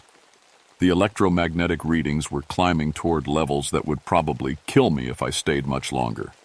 But they were also showing me something else, a pattern in the distortions, a mathematical structure that described how the barriers between dimensions could be reinforced. I'd spent 9 years running from my research, afraid of what I might discover. But now I understood that my breakdown hadn't been caused by stress or overwork. It had been caused by getting too close to the truth that other dimensions existed, the truth that beings from those dimensions could cross into ours, the truth that I was one of the few people who could see them coming. "I need time to think," I said. "Time is a luxury we cannot afford," the voice replied. "The barriers weaken with each passing moment. Soon others will detect our presence, others who may not be as understanding." The shadow figures pressed closer to the windows. I could feel their presence like a weight on my mind, trying to pull me into their reality. But I had one advantage they didn't know about. I wasn't just a broken scientist hiding in the wilderness. I was a woman who'd spent 9 years learning to survive in isolation, to think clearly under pressure, to solve problems with limited resources. And I had a plan. I had maybe 10 minutes before the electromagnetic readings reached lethal levels. 10 minutes to either surrender to the beings from between dimensions or find a way to stop them. But first, I needed to understand exactly what I was dealing with. "Show me," I said. "If you want me to join you willingly, show me what you really are." The shadow figures at the windows seemed to shimmer, like heat waves rising from summer asphalt. Then they began to change. What I saw made my mind reel. They weren't really 3-dimensional beings at all. They existed in multiple dimensions simultaneously, and what I'd been seeing were just the parts of them that intersected with our reality, like shadows cast by complex shapes onto a flat surface. Their true forms were mathematical impossibilities, geometric patterns that folded in on themselves, creating structures that couldn't exist in normal space. They moved through dimensions the way fish move through water, sliding between realities as easily as walking from one room to another. We are the architects, the voice explained. We design and build realities. Your dimension is primitive, limited to 3 spatial dimensions and 1 temporal dimension. But it has potential. With the right modifications, it could support much more complex forms of existence. You want to change our reality? We want to improve it. The barriers between dimensions are artificial constructs left over from the early formation of your universe. By removing them, we can create a reality where consciousness is not limited by physical form, where beings can exist in multiple dimensions simultaneously. I thought about Tommy, about the Coast Guard crews, about the empty look in their eyes. And everyone who already exists here will be upgraded, enhanced, given access to higher forms of consciousness and existence. But I understood what they really meant. They wanted to transform our entire reality into something that suited their needs, regardless of what it did to the beings who already lived here. No, I said. I won't help you destroy our world. Then you will watch it be destroyed anyway. The shadow figures began flowing through the windows, not breaking the glass, passing through it like it was made of water. They moved across the floor toward me, their forms shifting and changing with each step. I backed toward my equipment, mind racing. The electromagnetic readings were critical now, high enough to ionize the air. I could feel the energy building, making my hair stand on end and my skin tingle. But that gave me an idea. Wait, I said. Before you upgrade me, I want to understand the mathematics. You said the equations were beautiful. Show me. The lead figure paused. You wish to see the true structure of reality? I'm a scientist. I need to understand. Numbers began appearing in the air around me, the same complex equations I'd seen when Tommy disappeared. But this time, I paid attention to what they actually meant. They were formulas for manipulating space-time, for creating controlled distortions in the fabric of reality. The beings used them to open doorways between dimensions, to anchor themselves in our reality, to transform matter from one state to another. But every equation has an inverse. Every mathematical operation can be reversed. While the shadow figures watched me study their equations, I slowly moved toward the main electromagnetic pulse generator. It was designed to create controlled bursts of energy for testing how wildlife reacted to electromagnetic fields. But if I could modify it... The mathematics are indeed beautiful, I said, buying time while I rewired the generator. But I think you made an error. Impossible. The equations are perfect. In your dimension, maybe, but you're forgetting about quantum uncertainty. In our reality, consciousness affects observation, and observation affects reality. The act of a human mind perceiving your equations changes them. I connected the generator to the main power supply and began calculating the exact frequency needed to disrupt their dimensional anchors. The equations floating in the air around me provided the key. If I could create an electromagnetic pulse at the precise frequency that opposed their dimensional manipulation. What are you doing? The voice demanded. Solving the problem, I said, and activated the generator. The electromagnetic pulse hit the shadow figures like a physical blow. They screamed, not with sound, but with a psychic shriek that made my teeth ache and my vision blur. Their forms began to destabilize, flickering between dimensions. But the pulse wasn't strong enough to send them back permanently. I needed more power. I looked at all the monitoring equipment in the station, dozens of instruments, each with its own power supply and electromagnetic field generator.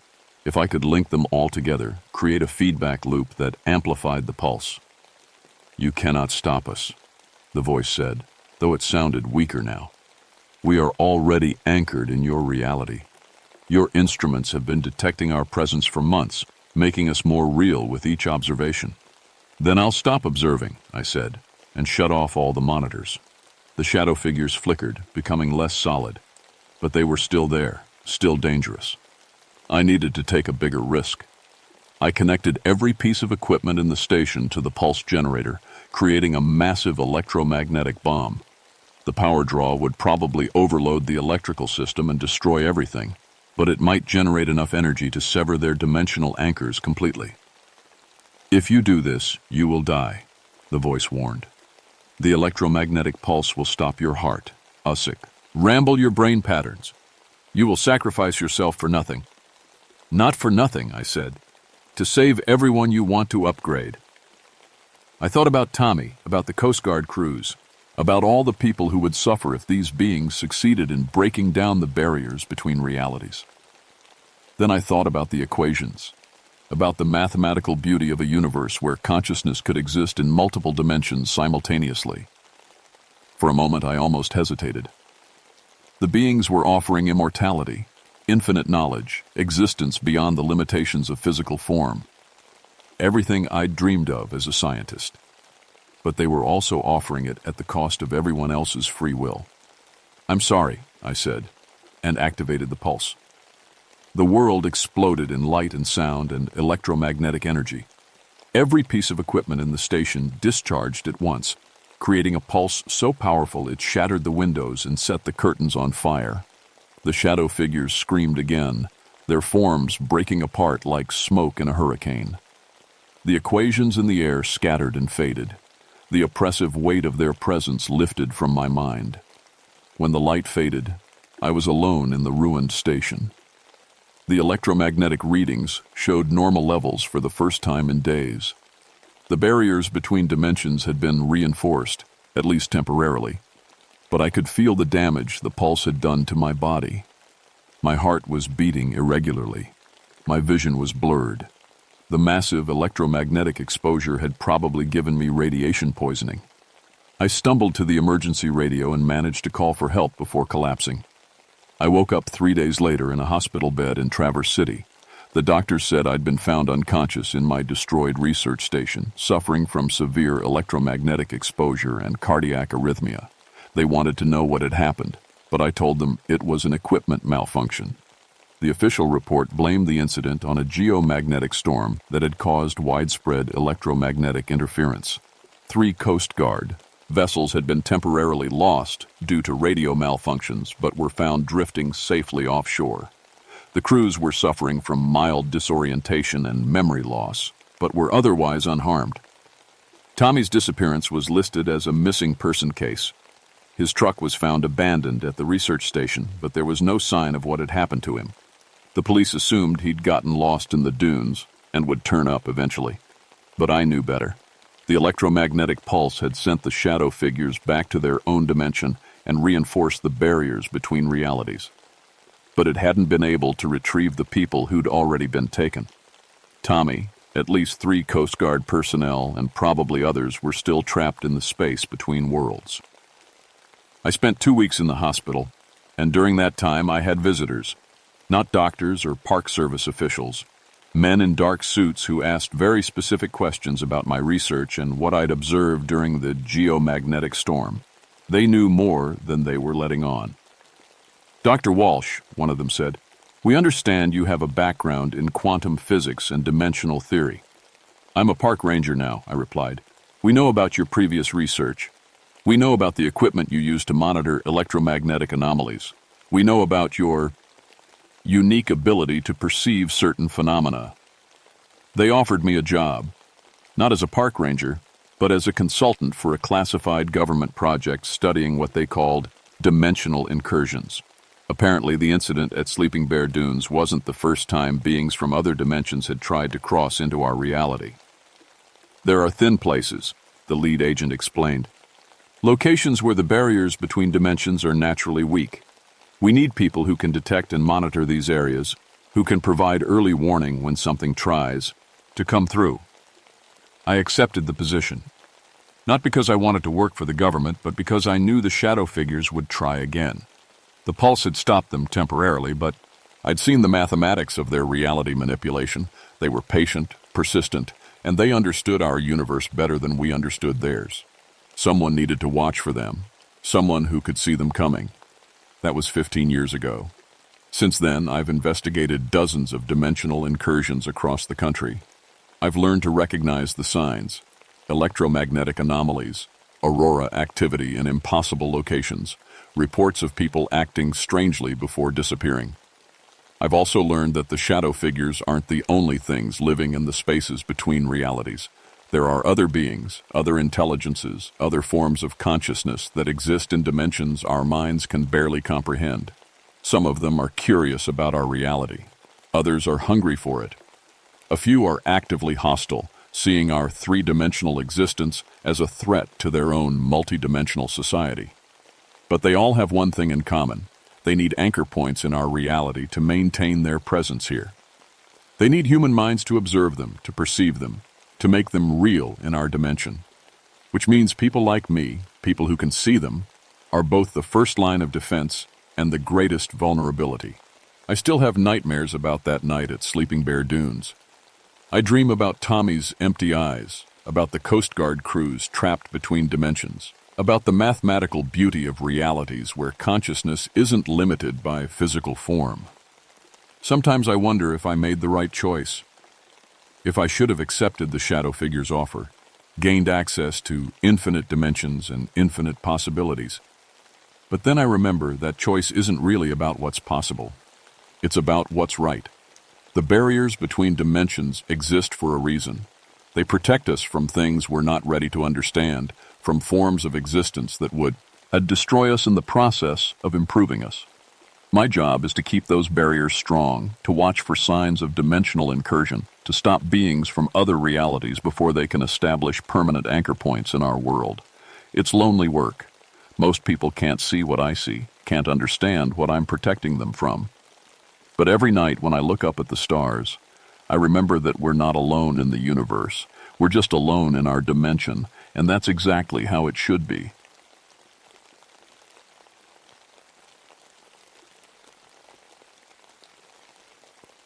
My name is Thomas Rivers, and I need to tell you what happened in the redwood forest. People think I'm crazy now, but I was there. I saw it all. I've been a park ranger for 13 years. Before that, I studied trees in college. How they grow, how they get sick, how to keep them healthy.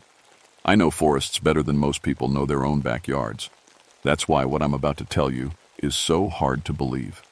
It was August 1993, and California was burning up. No rain for months. The ground cracked like old leather, and even the big redwoods looked thirsty. I was stationed at the research camp deep in the old grove section of Redwood National Park, 50 miles from the nearest ranger station, surrounded by trees that were already ancient when Jesus was born. I'd been sleeping badly for weeks. My ex-wife Sarah was fighting me for custody of our kids, and the lawyer bills were eating me alive. The court said I cared more about trees than my own family. Maybe they were right, but someone had to protect these giants. The Yurok people who lived here first had stories about these trees. They said the forest had spirits that watched over it, tree spirits that could think and plan. I always figured those were just old stories to keep people from cutting down the sacred groves. I wish I'd listened better. The morning it started, I woke up to my radio crackling. Base camp was reporting illegal logging activity in Sector 7. That was deep in the protected zone where no one was supposed to go. I grabbed my gear and headed out. The forest felt wrong that day. Too quiet. No birds singing, no squirrels chattering. Just the sound of my boots on the dry ground and the whisper of wind through the branches high above. The redwoods towered over me like the walls of a cathedral, their trunks so wide that 10 people holding hands couldn't wrap around them. I followed the old deer path, towards Sector 7. The air was thick and still, like the forest was holding its breath. My shirt stuck to my back with sweat, and my water bottle felt too light already. That's when I heard it. The deep, grinding sound of a chainsaw biting into wood, then another, and another. My blood boiled. These trees had been growing for over 2,000 years, and some idiots were cutting them down to make deck furniture. I picked up my pace, my hand moving to the radio on my belt. But when I tried to call for backup, all I got was static. The trees were too thick, I told myself. Radio signals didn't work well in the deep forest. I should have turned back then, should have hiked out and gotten help. But I was angry, and when I get angry, I don't think straight. That's what Sarah always said anyway. The chainsaw sounds stopped just as I reached the ridge overlooking Sector 7. I crouched behind a fallen log and looked down into the clearing. 3 big trucks were parked between the trees, professional equipment, not some weekend poachers. A whole crew was down there, maybe 8 or 10 guys in hard hats and bright orange vests. But something was wrong. The chainsaws were silent, scattered on the ground. The men were standing perfectly still, looking up at the trees around them. From where I was, I could see their faces. They looked scared. One of them pointed at something I couldn't see, then another. They were all looking at the same tree, a massive redwood that had to be 300 feet tall. Their mouths were moving, but I couldn't hear what they were saying. I pulled out my binoculars and focused on the tree they were staring at. The bark looked normal. The branches looked normal. But something made the hair on my arms stand up. The tree seemed to be watching them. That's when I saw the roots. Thick, gnarled roots were pushing up through the forest floor around the men's feet.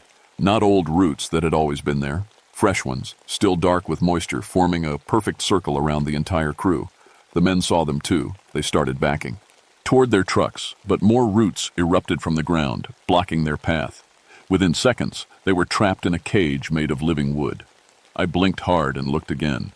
Trees don't grow that fast. Roots don't move like that.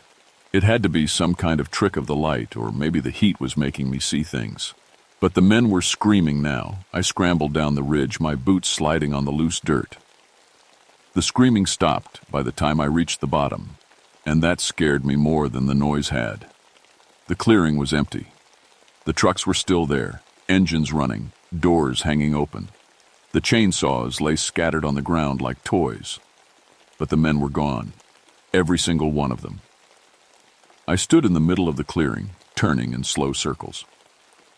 "Hello?" I called out. "Park Service, is anyone hurt?" My voice echoed off the trees and died. The forest had swallowed the sound like it was hungry for it. That's when I noticed the roots. They were everywhere now, crisscrossing the clearing like a giant spiderweb. Some were as thick as my leg, others thin as fingers. All of them were fresh, the bark still soft and green. The air smelled like sap and fresh earth. I knelt down and touched one of the roots. It was warm, warmer than it should have been in the cool shade of the forest.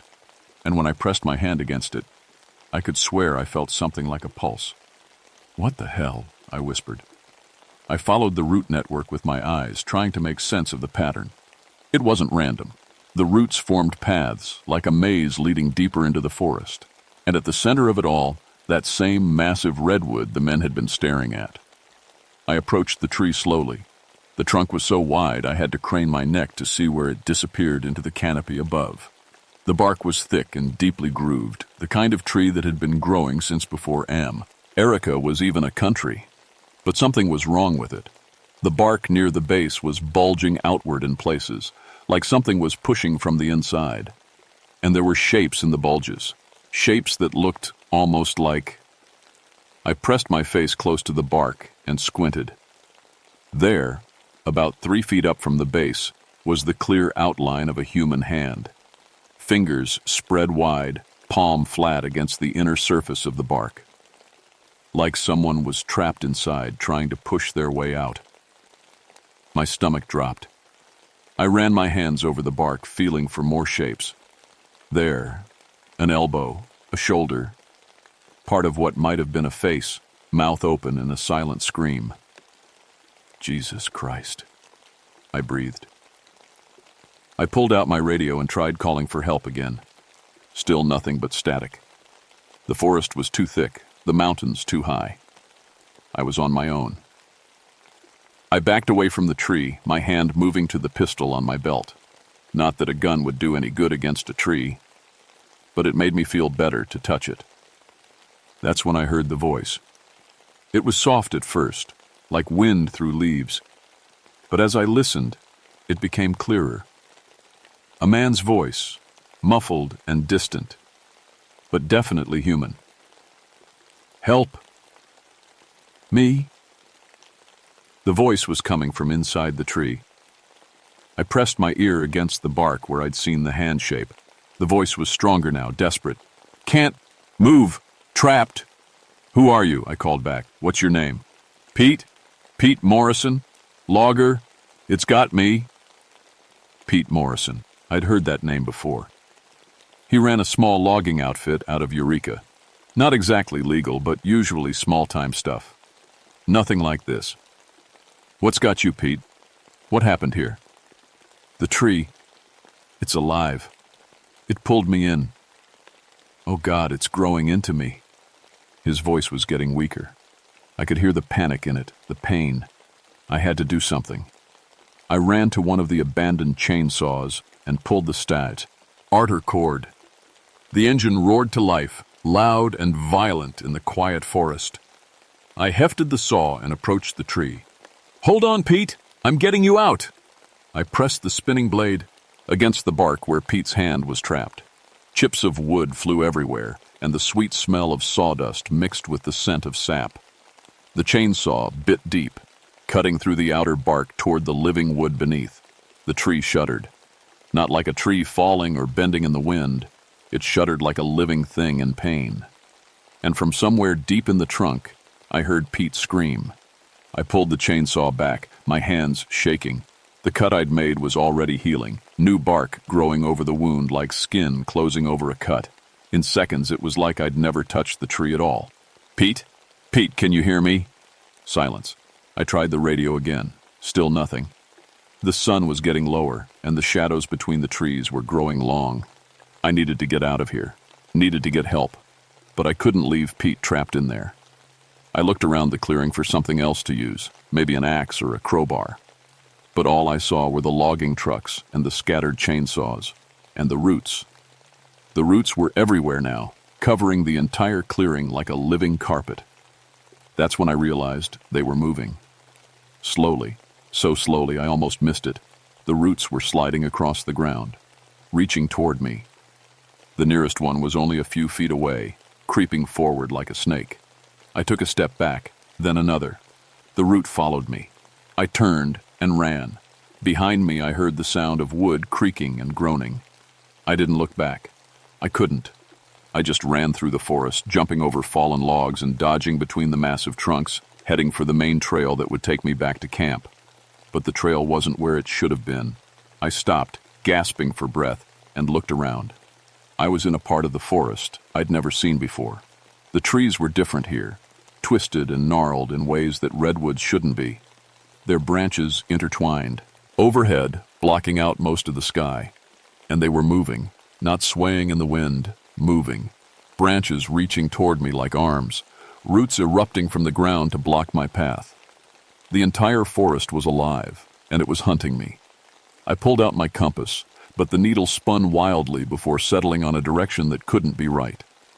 According to the compass, camp was deeper into the forest, not back toward the road. I didn't trust it. I couldn't trust anything anymore.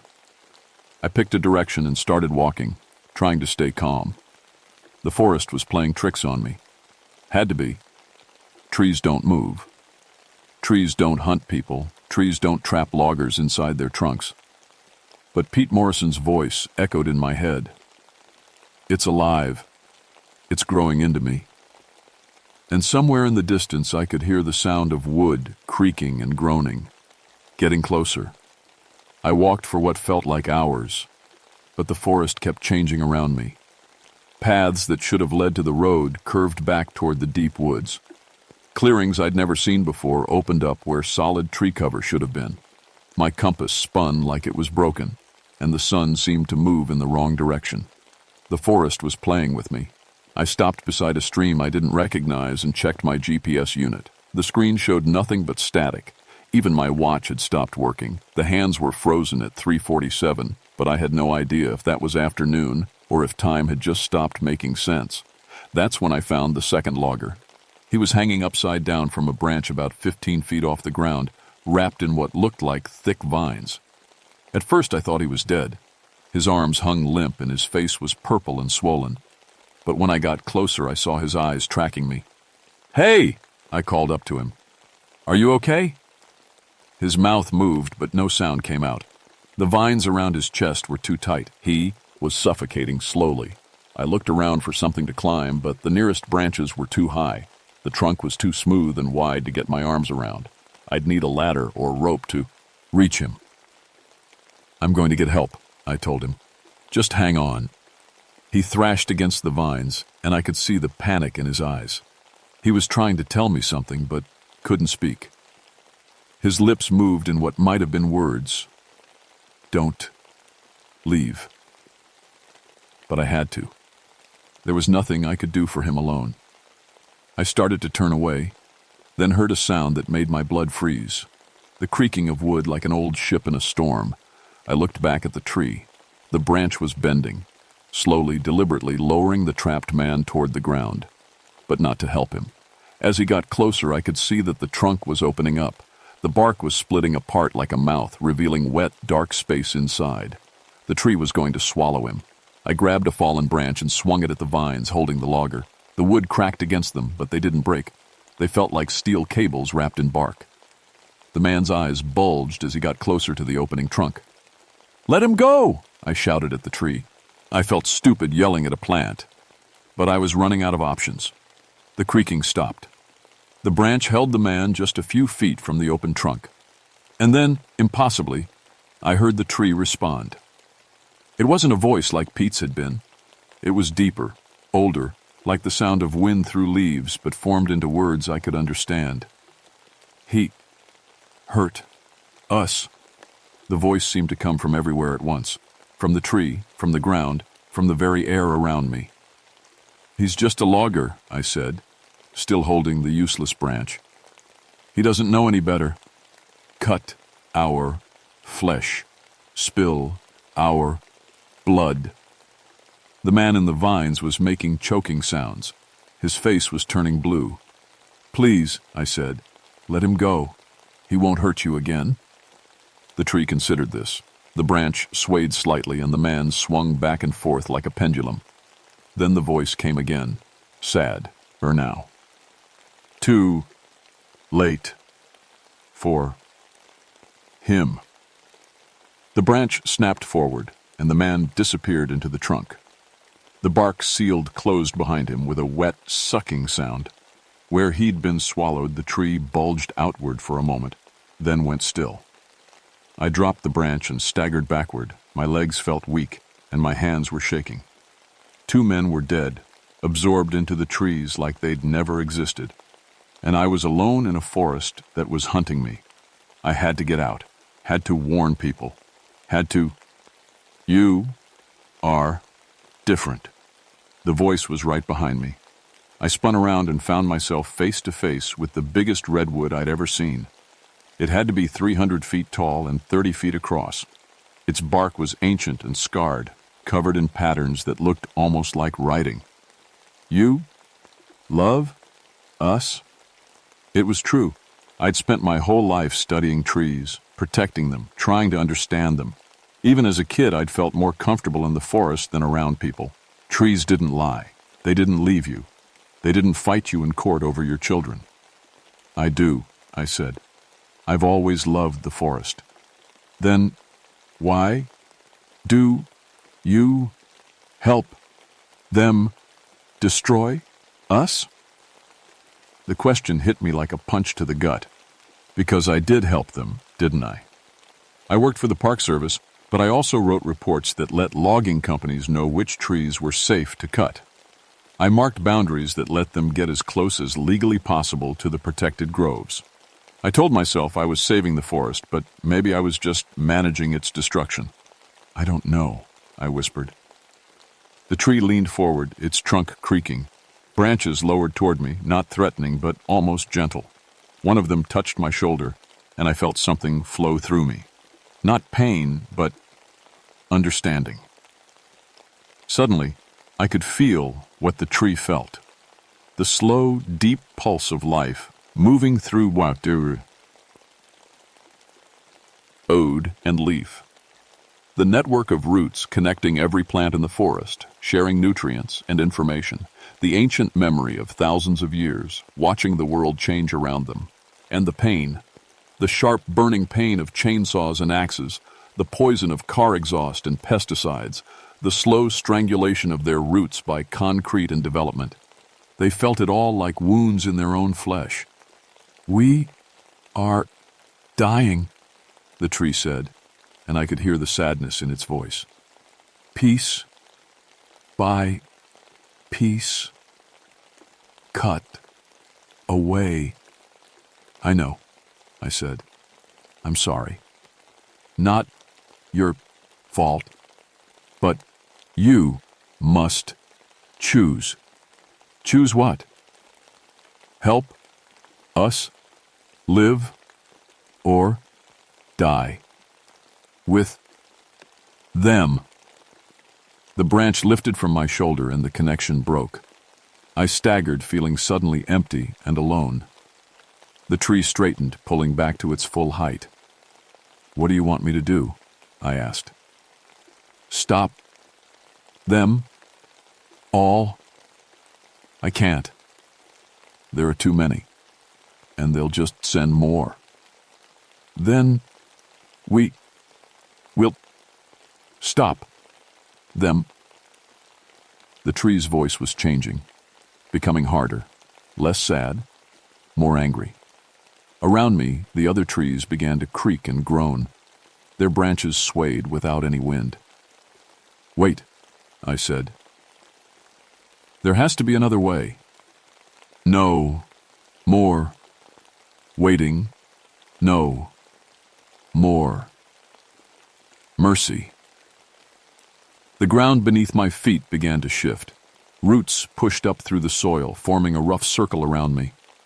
But these weren't trying to trap me. They were protecting me, keeping me in the center while the forest prepared for war. The old ones wake, the tree said. The deep ones rise. Through the gaps between the roots, I could see the forest transforming. Trees that had stood motionless for centuries were pulling their roots from the earth and beginning to walk. Branches reached out to grab onto their neighbors, forming a living wall that stretched as far as I could see. And they were all moving in the same direction, toward the road, toward civilization, toward the towns and cities where the people who were destroying them lived. Please, I said, don't do this. Innocent peon. Opal will die, as we have died, the tree replied, as we are dying. The living wall of trees was moving faster now, their roots tearing through the earth like massive feet.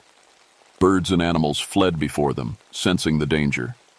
In the distance, I could hear the sound of wood splintering as the forest crashed through everything in its path. I was riding at the center of a wooden tsunami, and there was nothing I could do to stop it. The forest marched for hours. I rode in my cage of roots, helpless, watching the trees tear through everything in their path. Power lines snapped like thread. Roads buckled and cracked. A highway patrol car tried to block the advance, but the redwoods simply stepped over it, their roots leaving deep gouges in the asphalt. As we got closer to the town of Oric, I could see people running. Cars fled down the highway, their drivers too terrified to believe what they were seeing. The lucky ones escaped. The unlucky ones got caught when the trees reached out and plucked them from their vehicles. I watched the forest absorb a family of 4. Their car had run out of gas just outside town. The father was pushing it while his wife and 2 small children walked alongside. When the trees reached them, vines dropped from the branches and wrapped around them gently, almost lovingly. They didn't scream. They just disappeared into the bark. Stop, I shouted at the ancient tree that held me. They're innocent. No, one is innocent, it replied. All take from us. All must pay. But I could hear something different in its voice now. Pain. Not just the pain of being cut and burned, but deeper pain. The pain of something that was dying and knew it couldn't be saved. We reached the edge of Oric as the sun was setting. The town was mostly empty now, evacuated by the National Guard. But a few people remained, barricaded in their homes or hiding in the church. I could see their faces in the windows, pale and terrified. The trees stopped at the town limits. For a moment I thought they might show mercy. Then I heard the ancient tree's voice again, no longer speaking to me, but to its children. Take them all. The forest surged forward. That's when I made my choice. I pulled out my service pistol and pointed it at the base of the ancient tree, not to threaten it, but to threaten myself. "If you don't stop," I said, "I'll kill myself right here." The tree's advance slowed. Its voice, when it came, was puzzled. "Why do you care for them? They will destroy us." "Because I'm one of them," I said. "And because you're wrong. Not all of us are destroyers. Some of us are protectors. You are different." "No, I'm not. I'm just someone who learned to listen. And there are others like me. People who love the forest as much as you do. People who would die to protect it." The tree was quiet for a long moment. Around us, the other trees waited, their branches swaying in the evening breeze. I could feel their attention focused on me, on this moment. "How do we know which ones?" "You don't," I said. "Just like I don't know which trees are safe to cut and which ones aren't. Just like the loggers don't know which trees are special. We're all just guessing." I lowered the gun, but kept it ready. But that's what makes us human. We make mistakes. We learn from them. We try to do better. We have tried to trust for 2,000 years. And I'm asking you to try for 2,000 more. The ancient tree's branches rustled, and I felt that strange connection again. But this time, I was ready for it. I didn't just feel the tree's pain. I shared my own. The loneliness of my divorce, the fear of losing my children, the guilt of not being able to save every tree in the forest. For a moment, we understood each other completely. "You would speak for us?" "Yes," I said. "I would. Would be your voice. Help people understand what you need to survive. And if they do not listen..." I thought about that, about the logging companies and the developers and the politicians who saw the forest as nothing but board feet and profit margins. "Then we'll make them listen," I said, "together." The tree considered this. Around us, the other trees began to creak and groan, their own voices joining the conversation. It was like listening to a jury deliberate, ancient minds weighing the worth of the human race. Finally, the ancient tree spoke. "We will try your way, but if you fail, if they continue to destroy us, then you'll have the right to defend yourselves," I said. "I won't stop you." The tree's branches lifted, and I felt the cage of roots around me begin to sink back into the earth. The other trees were turning away from the town, their march ending before it could become a massacre. The others in the wood, they will be released. Pete Morrison, too? He is part of us now, but he will not suffer. It wasn't the answer I'd hoped for, but it was the best I was going to get. Pete had made his choice when he brought his chainsaw into the sacred grove. Now I had to live with mine. As the forest retreated, I walked back toward the town. People were emerging from their hiding places, staring at me like I was some kind of miracle. The sheriff approached me cautiously, his hand on his weapon. "Mr. Rivers, what happened out there? Are you all right?" I looked back at the forest, where the ancient tree stood watching. Its branches swayed once, almost like a nod. "I'm fine," I said, "but we need to talk." 6 months later, I stood in a congressional hearing room in Washington, D.C., trying to explain to a panel of senators why the Redwood National Park needed to be expanded by another 50,000 acres. Most of them thought I was crazy. A few thought I was lying, but they'd all seen the news footage of the trees walking toward Auric, and they knew something had happened that couldn't be explained away. The official report called it an unprecedented seismic event that caused severe ground instability and the illusion of tree movement.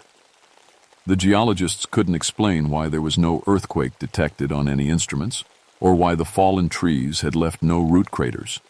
But people needed an explanation they could accept, so that's what they got. I knew better. Every morning I hiked out to the ancient grove and checked in with the old tree. It didn't speak to me anymore, not in words. But I could feel its presence, watching and waiting. The forest had kept its promise. No more loggers had disappeared, no more trees had walked. But the connection between us remained. I could sense the health of the forest now, feel when trees were stressed or diseased. My success rate at predicting forest fires had improved dramatically. People called me a genius. They didn't know I was just listening to voices they couldn't hear. My ex-wife dropped the custody battle after what she called my heroic actions during the Auric incident. She didn't understand what had really happened, but she could see that I'd changed. I was calmer now, more focused. The forest had taught me something about patience and long-term thinking. My kids loved the stories I told them about the talking trees. They were too young to understand that they weren't just stories. But they learned to love the forest the way I did, to see it as something alive and precious rather than just a collection of wood and leaves. The Park Service promoted me to head of the new Forest Health and Conservation Division. My job was to develop new policies for protecting old-growth forests. I worked with environmental groups, indigenous tribes, and even some of the more enlightened logging companies to find ways to preserve the ancient groves while still allowing sustainable harvesting in other areas. It wasn't perfect. There were still fights, still trees that fell to chainsaws, still habitats destroyed for development. But it was progress. And every time I prevented a clear cut or saved a grove from bulldozers, I could feel the forest's approval. Sometimes, late at night, I'd get calls from rangers in other states. Stories of trees that seemed to move on their own, of loggers who'd gone missing in old-growth forests, of voices heard in the wind. I'd listen and give what advice I could, but mostly I'd just tell them to pay attention, to listen, to remember that the forest was older and wiser than any of us. The ancient tree in the redwood grove was not unique. There were others, sleeping deep in forests around the world, and humanity's actions were waking them up. Most people don't believe in walking trees or forest spirits. They think climate change and deforestation are problems for future generations to solve. They're wrong on both counts. The forest is watching us, judging us, and it's running out of patience. I've done my best to be a bridge between two worlds, to help people understand that the forest isn't just a resource to be harvested, but a living entity with its own rights and needs. Some days, I think I'm making progress. Other days, I feel like I'm just postponing the inevitable. Because the trees remember everything. They remember when the continents were young and the air was clean.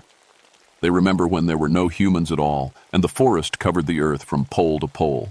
And they remember the promise I made in that grove 6 months ago. If we fail them again, if we continue to destroy their homes and poison their air, they won't march on just one small town. They'll march on all of them. And next time, I won't be there to stop them. The forest is still watching, still waiting, still hoping that humanity will learn to live in harmony with the natural world instead of trying to dominate it. But hope, like trees, can only bend so far before it breaks. I pray we figure that out before it's too late.